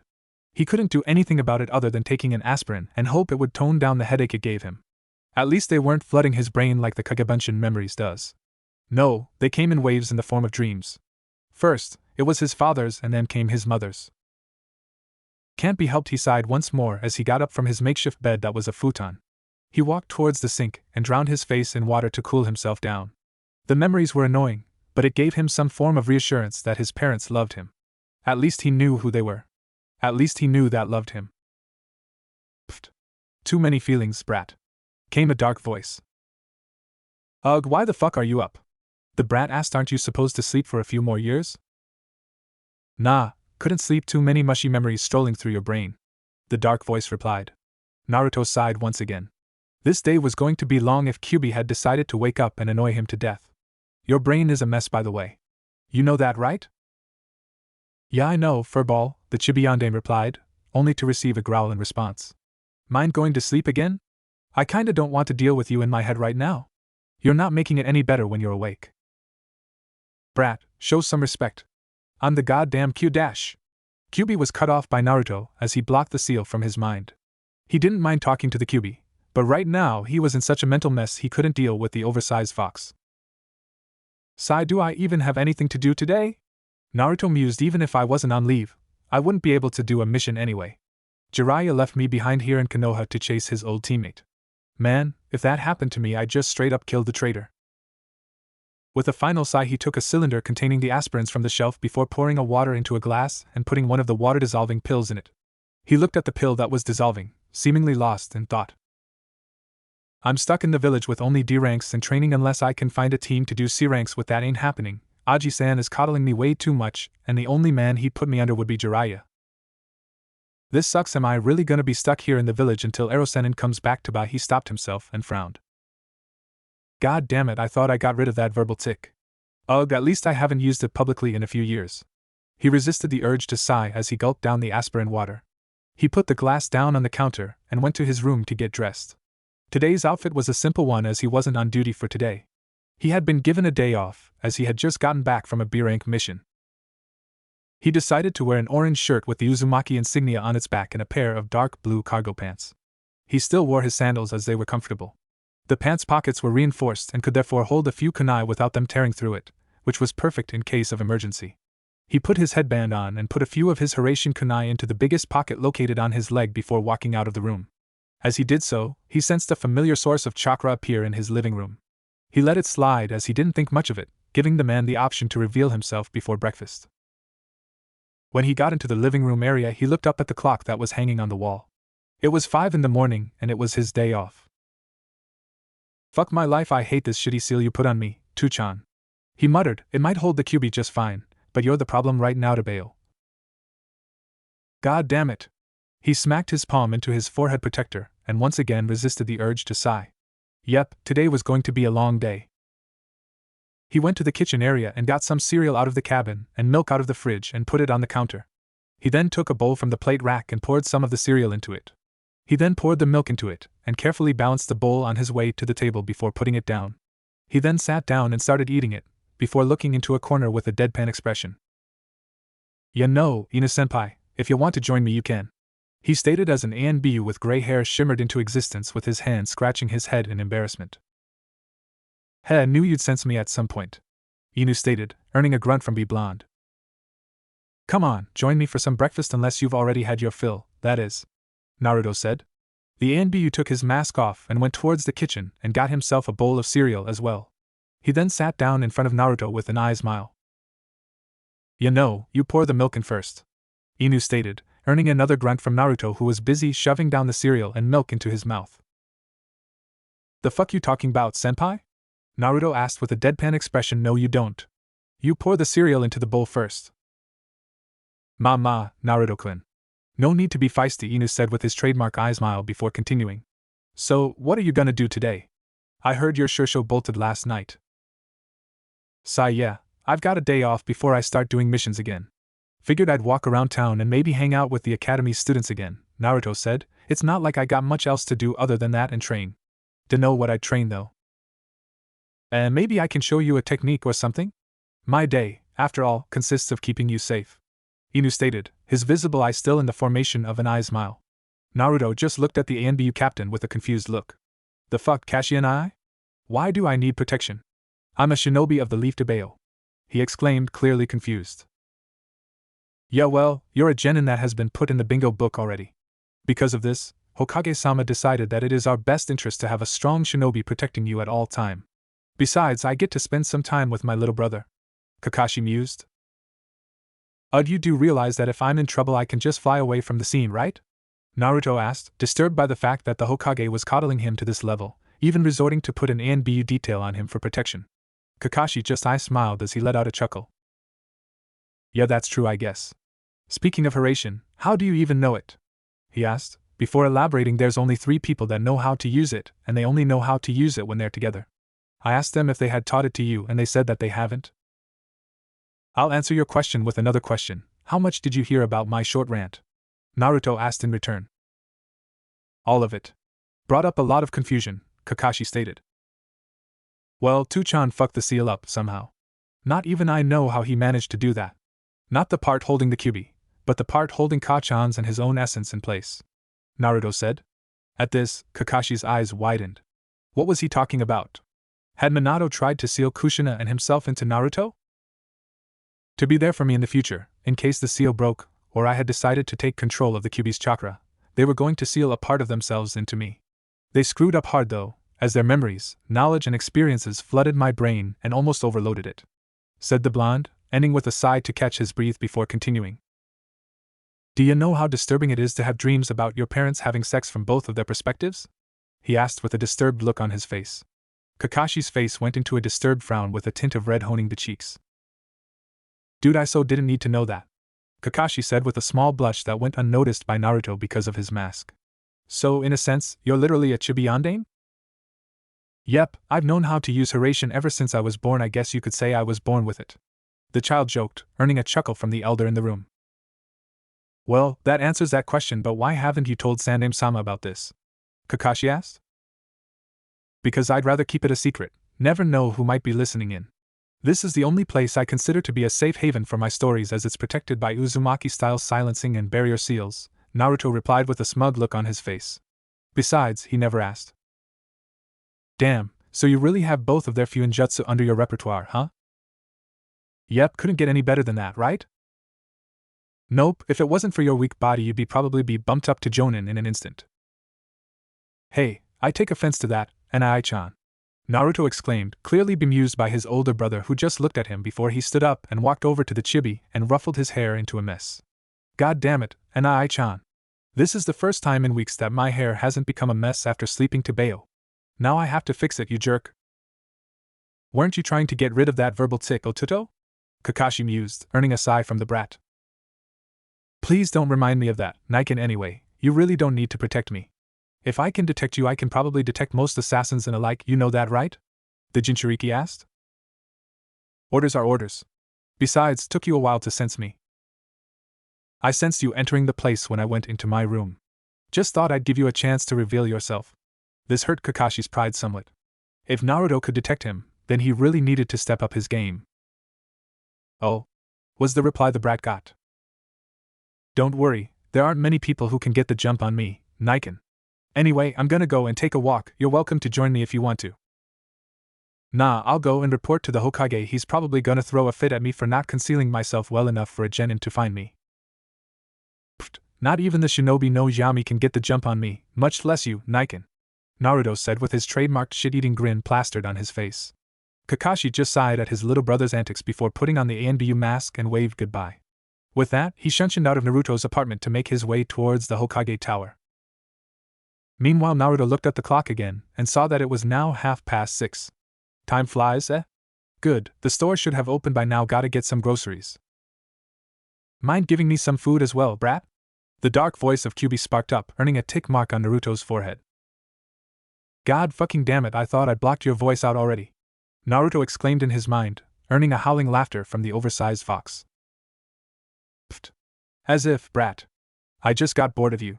The fox laughed, which clearly disturbed the blonde as his face turned into a frown. Ugh, can't deal with this right now, Naruto muttered as he walked out of the apartment's front door, instantly shoving himself into a girl, knocking her down and dragging him with her. He landed on her face first in confusion. He sat up and saw who he had knocked down. The girl was around 16 years old and had black and blue hair and a headband on her forehead. She was wearing a sleeveless fishnet mesh shirt with fishnet armbands reaching her elbows. He looked at her face and saw who it was. It was Mitarashi Enko, the apprentice of the traitorous Sannin Orochimaru. He saw that she was blushing a deep red. Sorry, Enko-senpai. Didn't see you there, the boy said, as he bowed his head. She looked at him in disbelief as her blush faded, now confused as to what just happened. Most people looked at her with pure hate. But here she was, looking at a young genin who clearly knew who she was, apologizing to her. Ma, it's alright, brat, if you wanted to touch them all you need to do is ask. She mused perversely at him, as his head flew up in the air with the same deep red color as the one she donned just a few seconds ago. His arms quickly flew up into a crossguard. No, I'd never do something like that to Bayo. I have way too much respect for women to even ask such a question, he exclaimed, clearly embarrassed at what just happened. Thought she'd have much more self-respect, though can't be helped, I guess.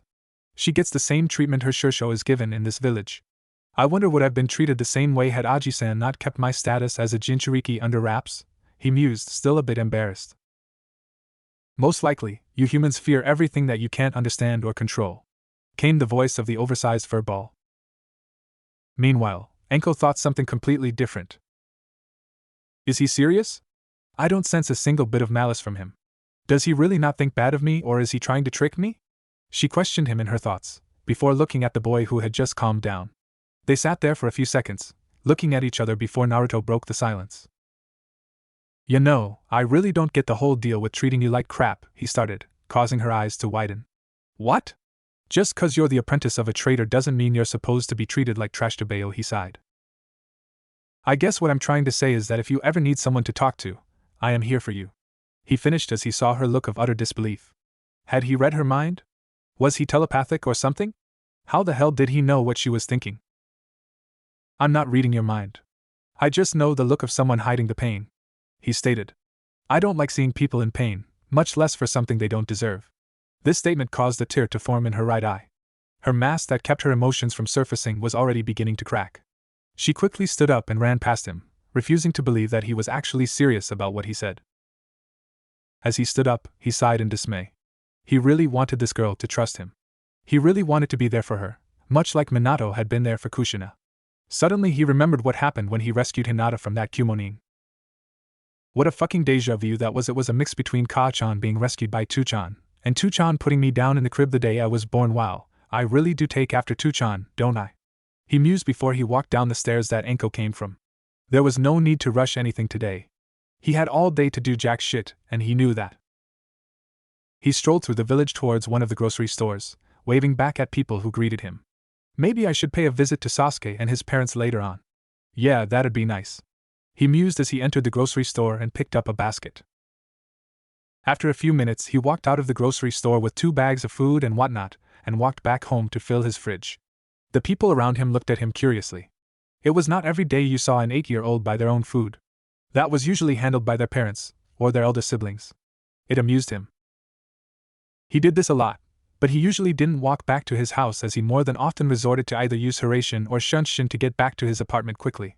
But that didn't matter. He had the whole day to do whatever he wanted to do, and it was only little over 7 in the morning. He walked up the stairs, and saw Anko sitting next to his door with her legs pressed towards her chest and arms wrapped around them.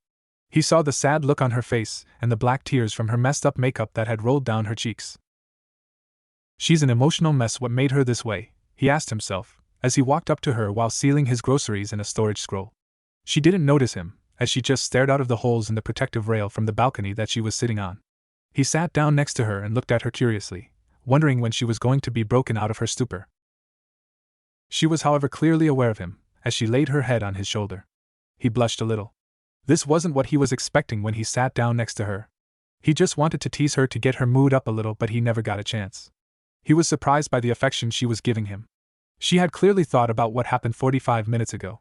He decided to do what he wanted to do from the start.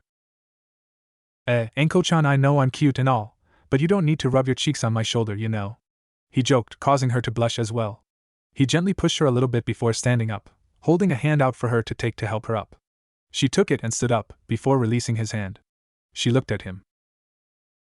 He's really tall for someone of his age. She mused as she wiped the tears from her face with her arm. When she was done, she looked at him again and blushed a little, again. He had a smile on his face that she thought was really cute. What she didn't know was that this was the mischievous smile. She was surprised, however, when he had taken her hand, unlocked his door, and rushed into his apartment with her almost stumbling forward. Come on, let's get you cleaned up, Anko-chan, he said, still smiling. He brought her into the bathroom and sat her down on the toilet seat. She was really confused at his actions. You know, a pretty lady like you shouldn't cry, he said while filling the sink with water. She blushed again. His words affected her more than they should have. What is wrong with me? Why is my emotional mask broken so easily by this kid? She thought. It was clear that he really cared for her, but she didn't want to open up to someone this fast. Especially not some random brat that accidentally bumped into her. He took a towel from the hook on the wall and put it in the water-filled sink. The water didn't overflow the sink, however, and the towel only got somewhat wet. He then turned towards Anko, who looked at his face. She could see his ocean blue yet warm eyes bore into her own, and her blush only intensified. His eyes, they're beautiful, she thought. He had similar thoughts but contained the blush. He shook his head as he took the wet towel and started to clean up the mascara that had run down her cheeks. Why is he doing this for me? She thought, at a loss for words. She really didn't know what to think of this boy. In just a few minutes he had broken her emotional barrier, and here he was, cleaning up the mess on her face. She wanted to believe, she really did. But the 2 years she had spent in Konoha, being called many things, Snakehorn being one of the names she had been given, she had very little trust left in anyone. There weren't many who liked her, as she could count the amount of people that she could call friends with one hand. Why are you doing this for me? She muttered with a sad look on her face. He didn't like it. He didn't want to see a cute girl such as Anko be sad and vulnerable. He knew that she was pretty strong. Hell, she was a chunin for a reason and was considered to be promoted to special jounin. I do this because I don't like it when people are sad, he responded with a gentle voice. She looked at him in confusion. She hadn't expected that. I know what happened to you 2 years ago, and I don't care if your former Shursho was a traitor. You haven't done anything wrong, so the way people are treating you is wrong, and if you'd like to, I'd like to be your friend, Anko-chan. At this, her eyes widened as tears started flowing from her eyes. This boy, he had broken through her emotional defenses with little effort. He had utterly destroyed them, and his words moved her. The tears that were going down her cheeks weren't of negative emotions. They were of happiness. She couldn't sense a single hint of lie in his voice. She launched herself towards him, wrapping her arms around him as she buried her head into his neck, letting her tears flow in happiness. He embraced her hug with welcoming arms. Thank you, she cried out. He smiled. At least she could get some happiness in her life. When he had seen her eyes, he knew that she was a mess, and that she needed someone to help her. Enko-chan, I know I shouldn't ask you this, but why were you outside of my door? He asked gently, as they broke apart. She looked at him once again with a sad look. He didn't like that look one bit. I was evicted last night, she said with a sob forced down her throat. I don't know what to do, no landlord but the one for this apartment complex would let me rent, and this one is full, he sighed. His apartment was pretty big. He had a spare room that he rarely used. I guess it can't be helped, the blonde thought, before he chuckled as a smile was plastered onto his face, which confused her. Why don't you stay with me then? I have a second bedroom that isn't used. The look on her face amused him a little bit. She had pure shock written all over her. Huh! Was all that came out of her mouth. He cracked into a howling laughter, breaking her out of her stupor. Yeah. If this landlord is the only one that will rent an apartment out for you, you might as well just live with me, right? He exclaimed, toning his laugh down to a chuckle. She joined him with a chuckle, wiping the tears from her cheeks once again. She once embraced him in an affectionate hug, which he once again embraced. Thank you, Naruto-kun, she said before breaking the hug. He smiled, she was already getting better. He turned around before looking back at her, motioning with his head for her to follow. She nodded as she stood up, and followed him out of the bathroom. You must be hungry and tired, Enko-chan, he said softly. She nodded her head slightly, which clearly was noticed by the young blonde. He looked at the clock on the wall. 9 a.m. They had been in there for almost 2 hours, he mused. He motioned her to sit down at the table as he walked towards the kitchen area, unsealing all of his groceries before putting them in the cabins and fridge. She looked at him curiously. This boy, he knows how to use storage seals, she thought, before she saw him whip out a bento from the fridge. He walked towards her with the bento and 2 chopsticks in hand and put them down in front of her. Make yourself at home, Enko-chan. I'm gonna go and talk to Aji-san and inform him of you staying here, Kay? He said, earning a nod from him. With that, he vanished from sight, startling the poor girl. She had never seen anyone move that fast in her life. Not even Orochimaru was that fast. Naruto appeared upside down on the ceiling in the Hokage's office. He looked down and saw 3 Chunin stand in front of the Hokage.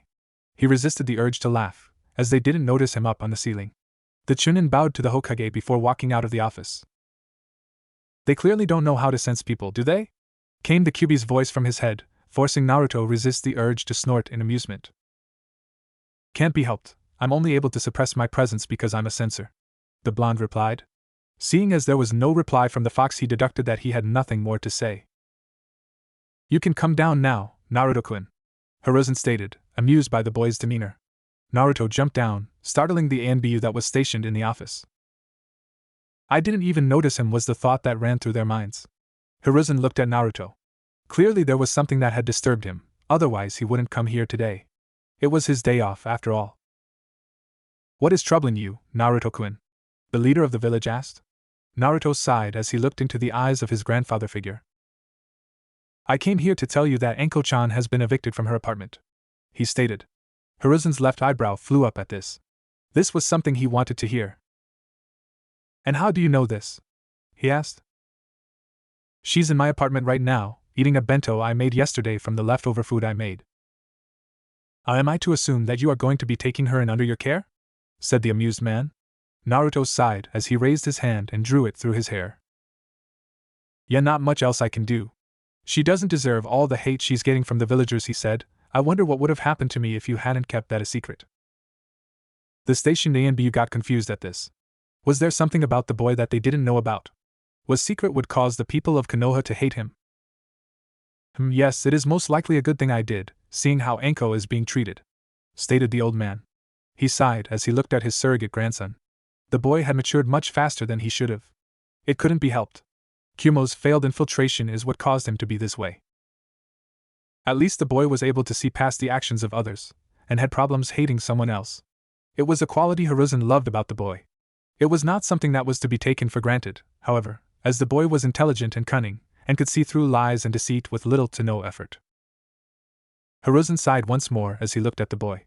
I'll get the paperwork done for you, Naruto-kun. I thank you for letting her in. She is an emotionally fragile young lady that was dealt the wrong cards at an early age. Yeah, I know about the connection between her and your student. Might not like the snake, but she's got nothing to do with him, the boy stated. This earned him a smile of approval from Hiruzen.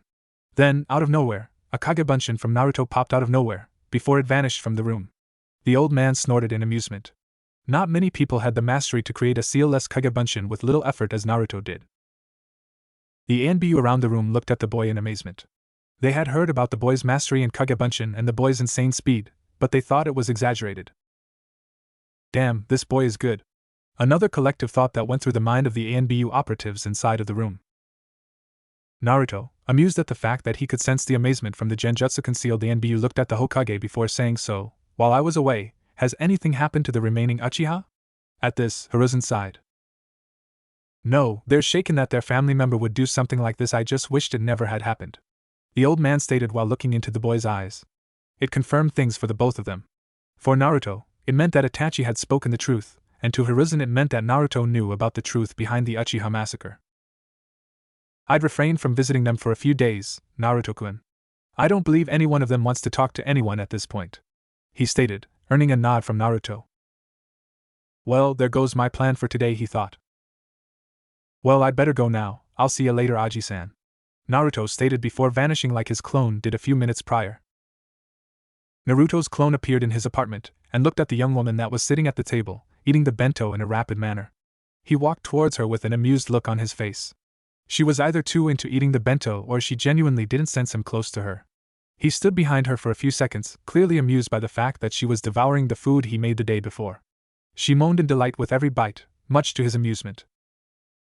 He decided to put his finger to her side, causing her to fly up into the air in both fear and embarrassment. She landed with her feet on the chair with the chopsticks in each hand, frantically looking around her before locking her eyes on the amused blonde that was looking up at her with a shit-eating grin of mischief. She relaxed her muscles and sighed. If the boy kept this up, he'd give her a heart attack. "God damn it, brat, why did you do that?" she cried out, earning a laughter from the clone. The clone lost control of his laughter and fell down on the ground, rolling around laughing while holding his sides. "Haha, that was fun! Haha!" he exclaimed in between his laughter. Enko shook her head, clearly not amused at the boy's antics. "So, weren't you going to the Hokage's office?" she asked, jumping down from the chair. "Yeah, boss is still there. I'm just a Kagebunshin," the clone stated. Enko's eyes widened into the size of saucers. "The fuck? A Kagebunshin?" she thought. "Naruto, just how many secrets do you have?" After a few moments the clone had calmed down and was up on his feet again. "Well, I can see that you're done with the bento. Let me clean that up for you," said the blonde before taking the chopsticks from her hands and the bento from the table. He then walked towards the kitchen and put the dishes down in the sink before turning on the water to clean them off just a little bit. Enko had in the meantime walked to the couch and laid down, promptly falling asleep after a long cold night. The clone looked at her with amazement. Someone so troubled was able to look so peaceful. He walked towards one of his drawers and pulled out a blanket. He then walked to the teenage girl and put the blanket over her. So peaceful, he mused, before silently vanishing to a random location so that he could dispel without waking her up. Meanwhile, Naruto had appeared on top of the monument that harbored Third's face. He looked down onto the village. It was peaceful and the view was amazing. The birds flying over the village, the sun shining on the roofs, and the children running towards the academy. He sighed happily. This was relaxing. He needed more of these days where shit didn't hit the fan. Suddenly, his eyes flew up onto the sky, his body tensing up for a second as the memories of his clone invaded his mind. He relaxed and smiled. Enko was fast asleep and had apparently enjoyed her early meal. Good, it looked like she needed it. He thought as he looked down at the children running through the main street of Konoha. They were happily playing around. He thought about joining them, but resorted to not doing so. He had outgrown his friends at the academy, and the other children in the village. I wonder what they're up to anyway, he thought. I could go and visit them. I wonder if Irika is working today. You ain't gonna find out until go and take a look, brat, the QB said. You just like to annoy me, don't you? The blonde thought, much to the amusement of QB. Can't escape the seal, so I might as well try and annoy you to death, the QB said, earning a displeasing groan from his warden. Yeah, well, you're welcome to try, he muttered, before his eyes widened slightly as he sensed a familiar presence a few meters behind him. He stood up and turned towards the presence as he looked at the newcomer in the eyes. What are you doing here, Itachi? Itachi was running fast. The ANBU that had been looking at the fight between Naruto and himself had started chasing him. He couldn't get caught, and he knew that. He couldn't get caught, as it would jeopardize the mission he had taken on. He had to get away. This is bad. I might have given myself an even bigger reason for Konoha to chase me down now, Itachi thought in dismay. Oh well, I'm almost at Kisame's position. Hopefully with his help I can at least disorient these, and his thoughts were interrupted as a strong gust of wind crashed into his side. Shit! The young Nuke-Nin thought as he flew through the air, crashing into the ground before doing a flip and landing on his feet. What the hell was that? How did I not sense that Futon ninjutsu? He looked up and saw a young bearded man in a standard Chunin outfit and a red sash over the belt. His eyes widened slightly at the sight. What the hell is Sarutobi Asuma doing here? Isn't he supposed to guarding the daimyo? Surrender or be terminated, Uchiha Itachi. The bearded man called out, eyes narrowed at the young Uchiha's own. Itachi resisted the urge to sigh as he quickly put a genjutsu onto Asuma before breaking eye contact, looking around the small clearing that he had landed in. For Anbu great. Itachi thought in dismay. If I don't run, I won't make it out of this alive. With that, his hands flew through a few hand seals before he took a deep breath. Katon, Gakakyu no Jutsu. He thought before exhaling a large fireball, aimed towards the young Anbu quickly jumped out in order to defend the unassuming member of the 12 Guardians. Using this confusion, Itachi quickly disappeared, leaving a Kage-bunshin behind as a second distraction. The morning had been great for the young medical nin Kito. The only ones who had the need to be treated for anything were mostly civilians who had the usual flu or a cold. He was walking towards the reception of the hospital, ready to start his second round for the day. That is, until a yellow flash suddenly illuminated the room and out of it came a young, wounded genin who fell flat onto the hospital floor. The boy was battered and bruised, his visible skin was scorched and his clothes were either torn apart or burned. He had just gotten into the waiting room to witness this. The boy groaned as he turned his body to put his back towards the floor, with a burned hand nursing the side of his stomach. Ouch, that hurt, came a hurting groan from the young boy. Eyes wide, Kito rushed towards the boy and kneeled before him. Are you alright, Naruto-san? He frantically called out, only to receive another pained groan from the boy. I need some help over here. The medic nin yelled out as he ripped the boy's tattered shirt apart and went through the hand seals for Shozen Jutsu as his hands was enveloped in green chakra. He put the hands on the boy's stomach and started analyzing the boy's body for both internal and external damage. He sighed in relief as he felt the boy's internal damage heal itself rapidly. Man, I really like that shirt, the boy managed to quip out in between his deep breaths of pain. Kito barely held in a chuckle at the boy's nonchalant behavior. Hold on, Naruto-san. Your body is covered in second-degree burns and your internal organs have taken a beating, the medical nin said to the boy. The boy tried to laugh, only to wince in pain, but smiled nonetheless. Yeah well, stand too close to an exploding clone and this is what happens. I should know, I just did it, he said with a non-serious tone, trying to calm the medical nin down a little bit. His efforts weren't in vain as Kito chuckled a little before switching the Shozen Jutsu to healing mode to speed up the rejuvenating process of the boy's internal organs. This boy, even in extreme pain, he still manages to make jokes, the medical nin mused. At this point, a squad of medical nin had just gotten into the waiting room and assisted Kito with the healing of the boy's body. They continued to heal the boy's damaged organs, and they quickly realized that Naruto's body had a healing factor that was almost unheard of. They were just about to ask Naruto if he needed something for the pain, but he got to that question first. Mind giving me something for the pain, sensei? The boy asked. They nodded as they gave him a dose of pain-numbing narcotics. The boy's vision became blurry before his eyes closed. I still had a kunai left, he thought before he gave in to the painkillers. Naruto looked around himself.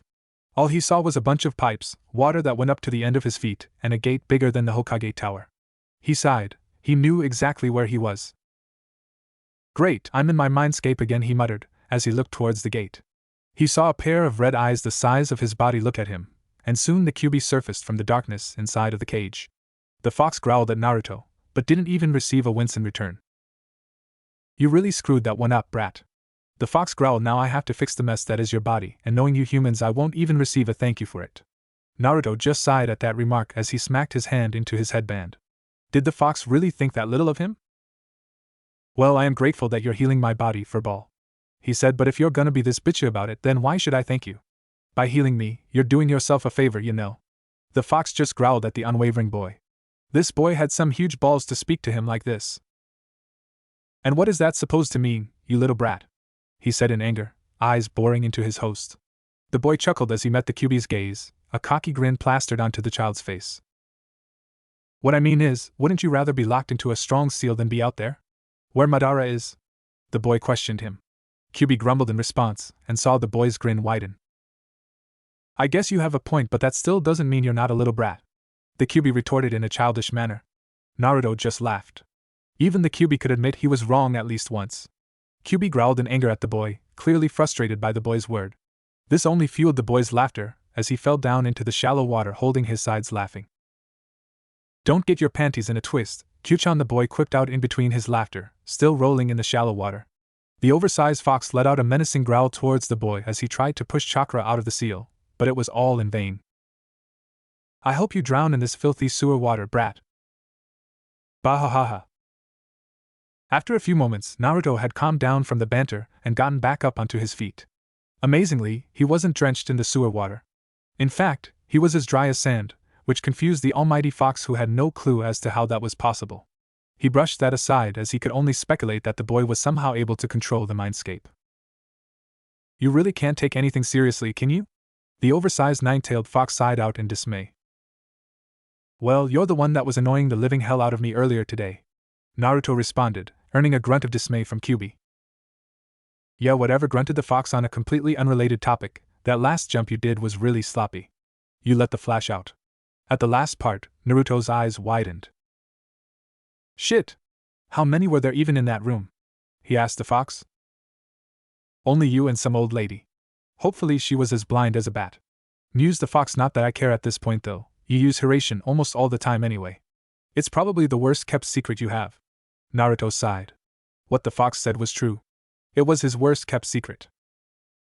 True, he started. I guess there's really no point in hiding the fact that I can use Hiraishin, is there? Do I really have to repeat myself, Nigen? The fox grunted. No, there's no point in hiding it. Hell, it will probably stir some fear in the enemies of Konoha. I suppose you're right now. As much as I enjoy this banter of ours, I think I'll go ahead and throw myself out of this place and get some sleep. Whatever. 6 days later. He woke up with a groan at the sight of the ceiling. It was the ceiling of a hospital room. He looked out the window and saw that the sun was up, birds flying around in the air. He sighed as he turned his head towards the clock on the wall, and frowned. It was 9 in the morning. For how long was I out? He thought. He pulled up his right arm into his line of sight and saw bandages. He frowned, as he didn't feel any pain in his body. He was just really stiff from being in bed for too long. Man, Itachi got me pretty good, huh? Naruto mused. Really didn't see that one coming. He's good, I'll give him that. Even with Hiraishin. And I know then he made short work of me. He couldn't help but be amused by his attempt at the S-rank nukening. He knew from the start that he would barely have a chance against the Uchiha, yet he needed to at least try it. Suddenly, the door opened, catching his attention. In came a young nurse, probably around 17 years old. Wait, why am I trying to guess her age? He shook his head, trying to clear his thoughts, and looked at her. She had a worrying look on her face as she cradled the medical chart with her arms as she looked back at him. She walked up to him and took a good look at his bandages.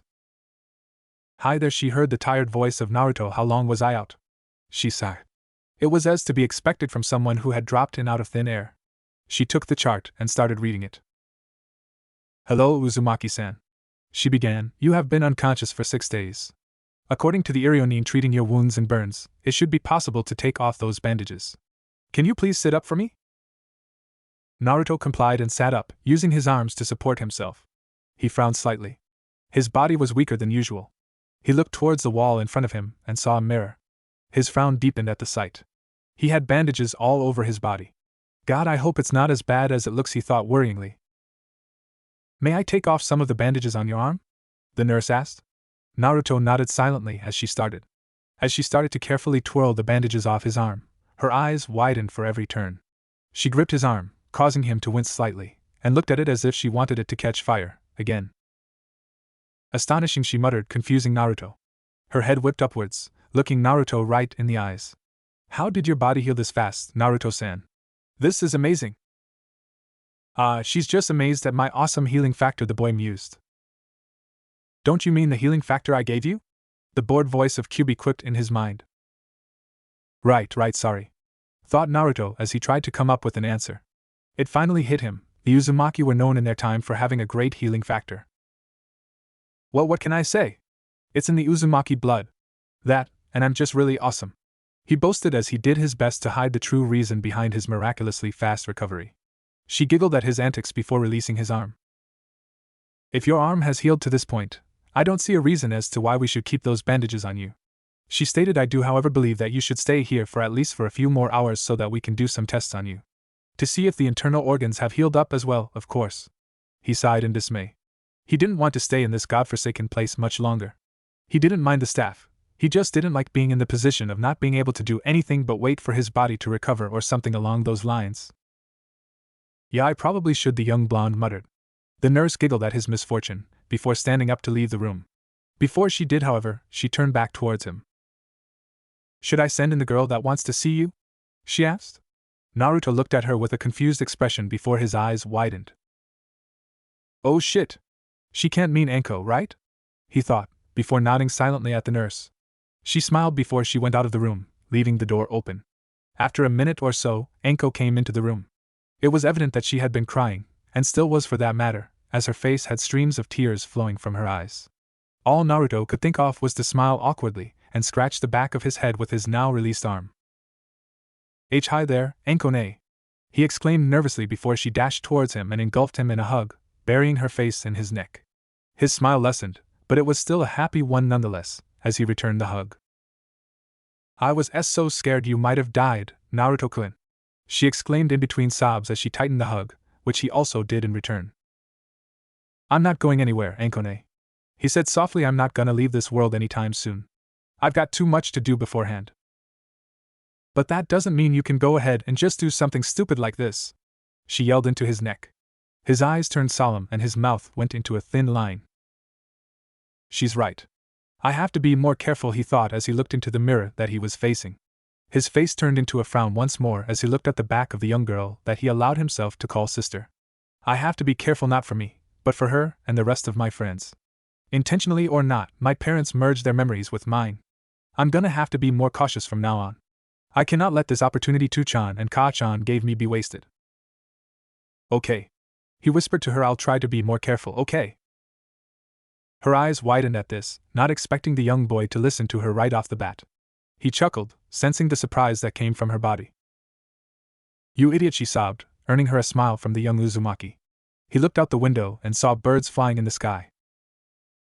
Yeah, I'm not gonna let this be for nothing, he thought as she continued to sob into his neck. Man, she really needed to cry, didn't she? Before he could think much further, he sensed his surrogate grandfather outside of the room. Are you gonna stand there and wait forever, Gigi? Naruto quipped. Anko looked up and broke the hug with a confused look on her face. A chuckle could be heard as the old geezer walked into the room and looked at the two of them. Hokage-sama, the purple-haired girl exclaimed as she stood up from the bed. The Hokage chuckled once more. Hello, Anko-san. Naruto-kun, I'm glad to see that you are doing well, and that your sensory abilities haven't degraded, he said, but I do believe you have some explaining to do as to what happened 6 days ago. Naruto's facial expression turned serious as he looked right into the old man's eyes. Not here, who knows how many eyes and ears these walls have? Naruto responded with a serious tone. I will start on the report as soon as I'm out of this bed. The Hokage nodded, understanding what the young boy said. So, how are you feeling? He asked the boy, who looked at him with a deadpan expression on his face. As good as you can feel after an explosion to your face. Uzumaki healing factor or not? He pouted, earning a chuckle from the Hokage. Yes, it really is fortunate that you have the vitality of an Uzumaki, the Hokage stated, but please, take caution in the future. Next time you might not be so lucky. Naruto's childish pout disappeared and his gaze softened. I know, he whispered. Naruto was sitting on the sofa in his apartment, being discharged from the hospital after 2 hours. Anko had gone to bed as she was exhausted from worrying about the boy who had taken her in. He was not alone, however, as the Hokage was sitting in front of him, staring at the young blonde with a stern look on his face. I'm really getting too old for this shit, thought the old man as he waited for Naruto to start with the debriefing. Naruto's body shifted as he straightened himself from his relaxed position on the sofa. Okay, so, this is what happened. Flashback to the confrontation. What are you doing here, Itachi? Asked the younger one of the two. His eyes were cold and calculating, and they broke off from the now named Itachi's eyes as it seemingly searched the surroundings. I am only here to speak with you, Naruto-kun, said the older one with a neutral tone as he saw Naruto's look between the trees a few meters next to him. I sense 4 people in the trees and I recognize none of them, thought the blonde, as he once again locked his eyes with Itachi only for his own to widen as he saw the lips of the man in front of him to move as the iris of his eyes turned red and the pupil grew bigger, morphing into 3 spiraling curves. Then a tear of blood came out of the left eye. "Tsukuyumi," muttered the Uchiha, as the colors of the world around them were inverted. Itachi then sighed in relief, releasing the stoic and neutral side of himself, and looked at the blonde with a satisfied smile, confusing the blonde. "What is this?" asked the confused blonde, earning a chuckle from Itachi. This only confused the young boy more as he still couldn't figure out why Itachi was doing this. "I have temporarily stopped time, so that we can talk to each other without the onlookers hearing us," he answered.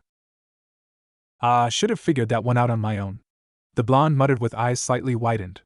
"But what about the blood I saw coming out of his eye? Does this genjutsu harm him?" "I have come to you to ask for your help, Naruto-kun," the young Uchiha said. At this, Naruto's eyebrows quirked up.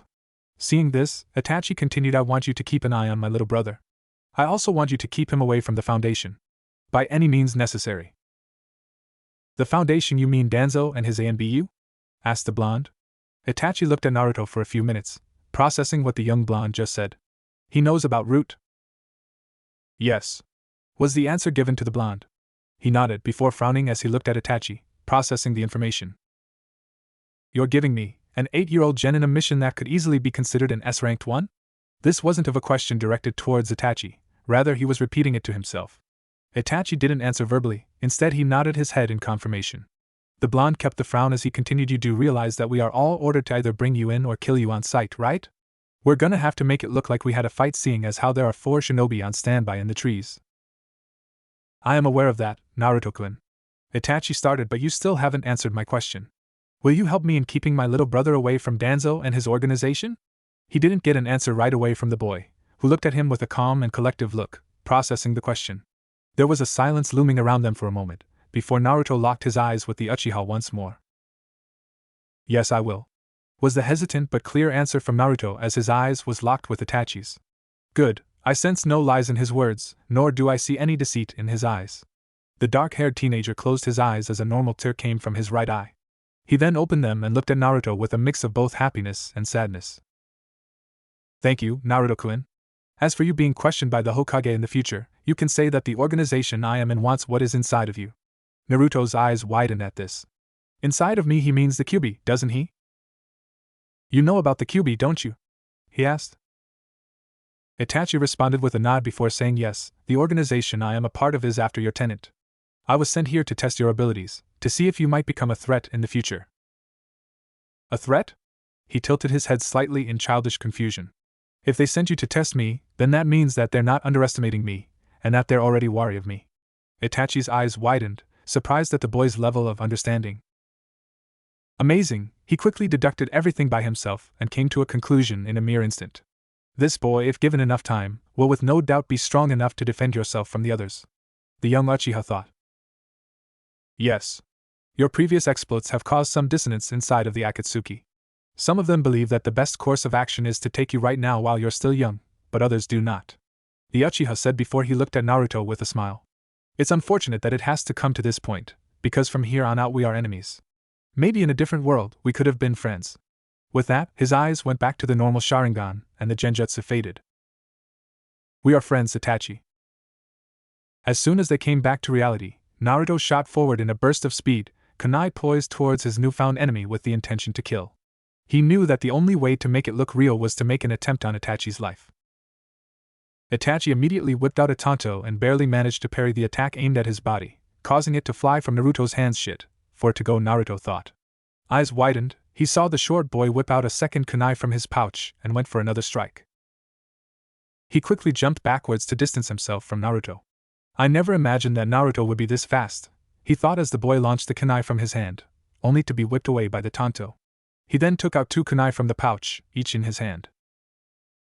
"I only have 3 kunai left at my disposal, unless I want to jump to the used ones," Naruto thought as he twirled the kunai in his left hand, putting it in a reverse grip before throwing it at Itachi, who barely had time to dodge it, hands in the air as he once again jumped backwards.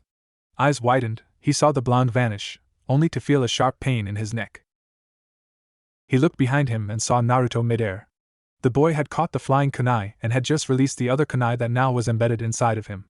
He chuckled as Naruto's eyes widened, sensing the chakra build up from Itachi. I hope you're fast enough to dodge this, Naruto-kun. Shit, thought Naruto as he saw Itachi's body bulk a little bit, before exploding. Flashback end. I then used Hiraishin to get to the hospital before I could succumb to the explosion. The rest you already know, Gigi. The boy finished. Said old man looked at the young boy in front of him in a mix of shock and surprise. He knew about Itachi the whole time? He wondered as the emotions on his face were drained, and in turn an ice-cold gaze looked into Naruto's own. You do realize what this means, correct? He asked the young blonde, who slowly nodded. Yes, what I just told you is an S-rank secret. No one besides the two of us can know about this, said the Jinchuriki. The Hokage's gaze softened. It was you who stopped Itachi that day, wasn't it? He asked. Yes, Naruto began. I was the one who stopped him from making the worst mistake of his life. His hardened eyes gazed into Hiruzen's softer ones. Those aren't the eyes of a child, the Hokage thought. Those are the eyes of someone who have seen war. Naruto, what is going on with you? What happened that made you this way? The old man sighed as he took off the hat and brushed his hair with his hand. I don't want to question him as to how he knows this much, but as it is right now, he is an enigma and I don't know how to deal with it. He thought in dismay.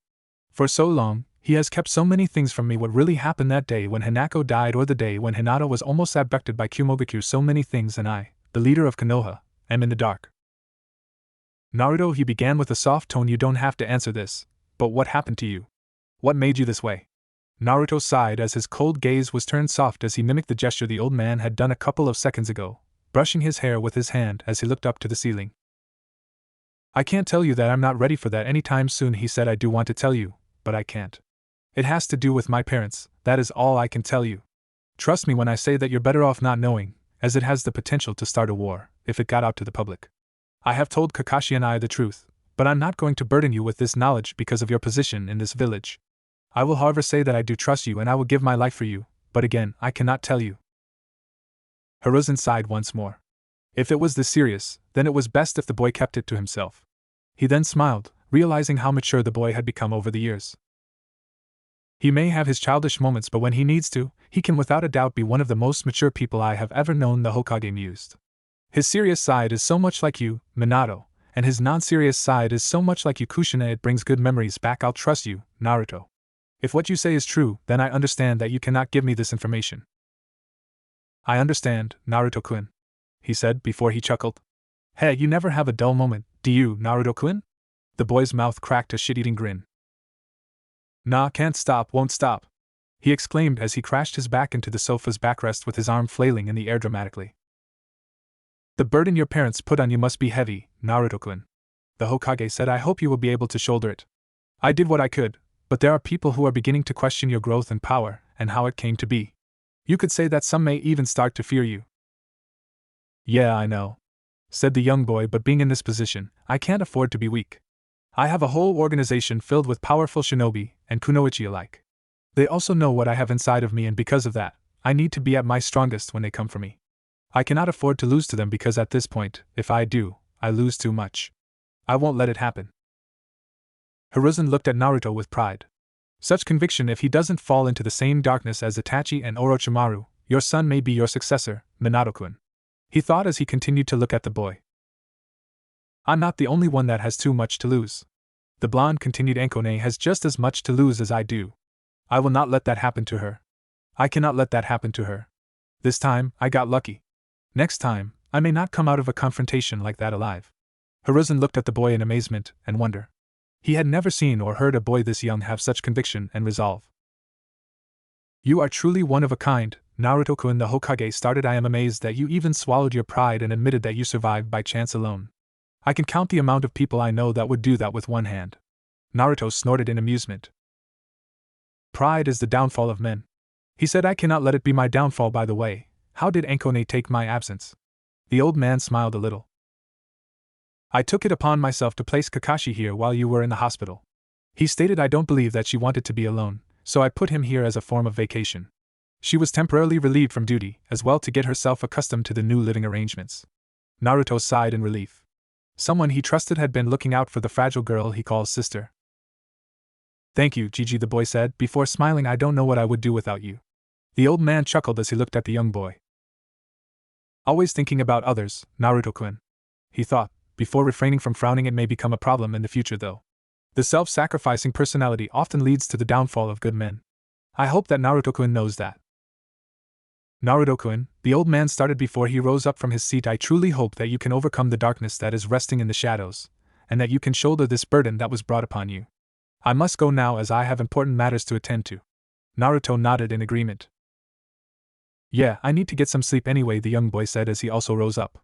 Both of them made their way to the door before Naruto opened it and let the Hokage out of his apartment. Once the Hokage was outside, he closed the door and sighed in relief. Man, if someone else led this village I would have been thrown in jail for disrupting an ANBU mission, the boy thought, amazed at his own luck. He walked towards his room before glancing at the open door of Anko's. He looked in and saw Anko in her bed, sleeping peacefully. He sighed, thinking about what might happen to her if he hadn't survived the confrontation with Itachi. I need to train once I've fully recovered, he thought, as he continued towards his room. He went inside of it and laid down on the bed, thinking about the future. I truly hope I can calm the coming storm, because if I don't know if anyone can. He then gave in to the temptations of slumber. The Hokage sat in his office with a solemn look on his face. The information that was given to him by Naruto disturbed him greatly. He didn't want to think about the secret that Naruto kept from him, as knowing it could put not just Naruto, but potentially the whole village in danger. If what Naruto said was true, that is. He really didn't know what to make of it. He now knew that Naruto was the one who had disrupted Itachi's mission, and he really wanted to thank Naruto for doing so. Itachi was a gentle soul that lived in a world of deceit, lies and murders. The boy would have been a perfect candidate for the Hokage position, had it not been for Danzo's meddling in the affair with the Uchiha clan. Someday, Danzo will be the death of me, he thought with a sigh. He looked at the clock. It was 5 p.m., and it had been an hour since he had been at Naruto's apartment and been debriefed on what happened. He sighed once more as he gave out an order to the ANBU in the room. Everyone but Inu, leave, he ordered. They complied, vanishing from sight. Please rise, Inu-san. Complying, the young operative rose from his crouch. The old man's gaze wandered over the young boy. It had been a while since he had gotten a good look at the promising student of his late successor. Kakashi, please take off your mask, he said. Kakashi did as ordered and took it off, revealing the mask-covered face of Kakashi. Kakashi, I have important matters to discuss with you. Kakashi looked at the old man in curiosity. What did he mean by that? I'm sorry, sir, I'm not sure I follow, he told his leader, confusion evident. What I mean is, I have important matters to discuss with you regarding Naruto-kun, he said, earning a nod from the young operative. I see, what is it that you want us to discuss? He asked, eyes threatening to narrow as he was afraid that the old man had found out about the secrets that Naruto had kept from the leader. One of those secrets could very easily be a catalyst for the Fourth Shinobi War. Hypothetically, if someone withheld information from me to protect the village, and you knew of such information, would you also withhold such info? The Hokage asked the young man in front of him. Kakashi's eyes narrowed, his suspicion coming true. Well, if I did get a hold of such information, and you knew about it, would you order me to give it to you? Kakashi asked, only to be surprised when the Hokage shakes his head with a smile. No, it would be best that you kept it to yourself, Kakashi-kun, said the Hokage. Now, when is your shift ending? In a couple of minutes, sir, Kakashi answered, receiving a nod in agreement from the Hokage.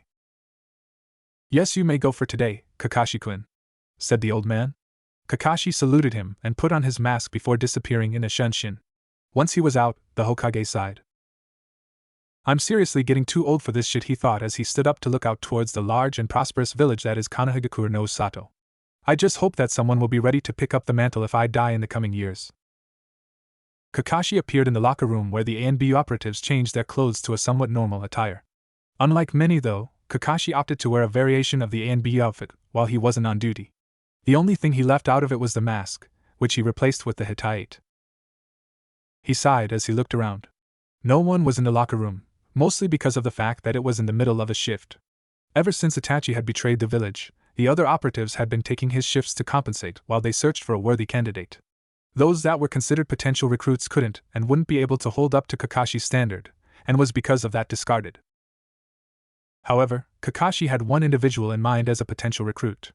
The problem was that the person he had in mind was, after the whole ordeal with Itachi, considered to be too young. He also didn't want to put this person into the fray as it could potentially damage the poor soul's already fragmented mind. He sighed at the thought. Nonetheless, he decided that it was as good time to take a shower, and so he did. A few minutes after, he came out of it and put on a clean A&B uniform, Hittite and face mask, and headed out into the village. While he was walking, he read his literature that he loved so much, and a blush appeared on his masked face, but it could somehow still be seen. His reading/walking session was rudely interrupted though, as a green blur appeared beside him and put an arm around the shoulder of Kakashi. "Hila, my youthful friend!" exclaimed the green blur as Kakashi closed the book with a snap and looked bewildered at his acquaintance, almost in comical shock. "Guy, what have I told you about doing that?" he asked the green beast of Konoha that was hanging his arm around the scarecrow. "Kakashi, my youthful rival, why have you been so distant lately?" Guy asked in concern. Kakashi sighed as he stopped, prompting Guy to stop as well. "I haven't been distant, Guy," Kakashi responded. "I have been very busy the last couple of days." Guy nodded in feigned understanding, not really 100% positive that he understood what Kakashi meant by that. "What do you mean, you have been busy the last couple of days?" Guy asked. "You've been working every day for the last 5 months. Kakashi just put his hand over his face as he sighed. "Yeah, because I've been really busy." The scarecrow said. "I can't go into detail because it is classified." Now, Guy understood what Kakashi was talking about. It was related to the NBU. "I see, my eternal rival!" he exclaimed as he flailed his arms dramatically in the air, releasing his grip from Kakashi. "Should I disappear before he realizes it?" Kakashi wondered. Nah, he'd catch up to me in a matter of few seconds. He decided against it, and decided to hear the green beast out. "My eternal rival, Guy started our friends and I have been worried about you. What do you say about a drink with us, so that we can catch up on what's been going on in the past months?" Kakashi pondered at the idea. I could use a few drinks after babysitting Anko the past few days," he thought, before he nodded in agreement towards Guy. "Sure, let's go out and drink," he said. "Yosh!" the green beast exclaimed as he threw his hands up in the air. "Let us go, eternal rival." And as he had said that, he started walking towards the bar that their friends already were at. Kakashi chuckled at the man's antics as he followed him. Later that night, she woke up in panic, sweating profusely as her upper body shot up from the bed. She had been reliving the nightmare that Orochimaru had brought upon her, that was the curse seal on her shoulder. Every time she had this nightmare, it would bring extreme pain onto her, and she didn't know what to do. She hadn't showed it to her roommate because she was afraid he would react the same as all of the others in the village. This itself brought nightmares upon her slumber, as she had so much fear inside of her. Speaking of her roommate, it had been a week since she had moved into Naruto's apartment. She had over the week grown fond of him, not knowing why. She really liked him as a friend. He had called her his sister, which warmed her heart to no end.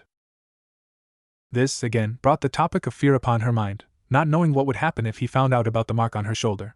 She didn't want to be abandoned again by what she wanted to call family, because the last time she called someone her family, it was to her mentor Orochimaru. With a slight groan, she got up from the apparent sweat-soaked bed as she made her way to the living room. When she did, she looked out the window and saw no light. She sighed, as she had again been awakened from her slumber by the reliving of the night that she abhorred. She made her way to the kitchen area to clean her face with water. She filled the sink with water and splashed it over her face, not knowing that Naruto had also been woken up by her night terrors. He had been sleeping for a few hours before he heard the young girl's frantic slumber, as she had flailed her arms. He sighed as he got up, still a little bit groggy from not getting the sleep he needed. He got out of his room and saw Anko splash her face with cold water. He sighed once more, as he walked towards her. As he saw her tense up from the sound that he made while he was walking, he decided to tell her that it was just him. "Don't worry, it's just me to bail," he said before he heard a sigh of relief from Anko. He frowned slightly. She was so on edge that it was driving her to the brink of insanity. If this is a normal night for her, it's gonna have to stop, he thought as he walked up to the counter and leaned his back against it with his arms crossed over his chest. "Ankone, are you okay?" he asked, as he looked at her. She was still soaked, and he could see that she was clearly tired. He could also see negative emotion in her face.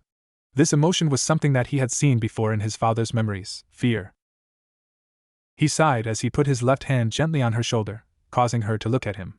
He then looked into her eyes with a warm and friendly look that instantly made her own tear up.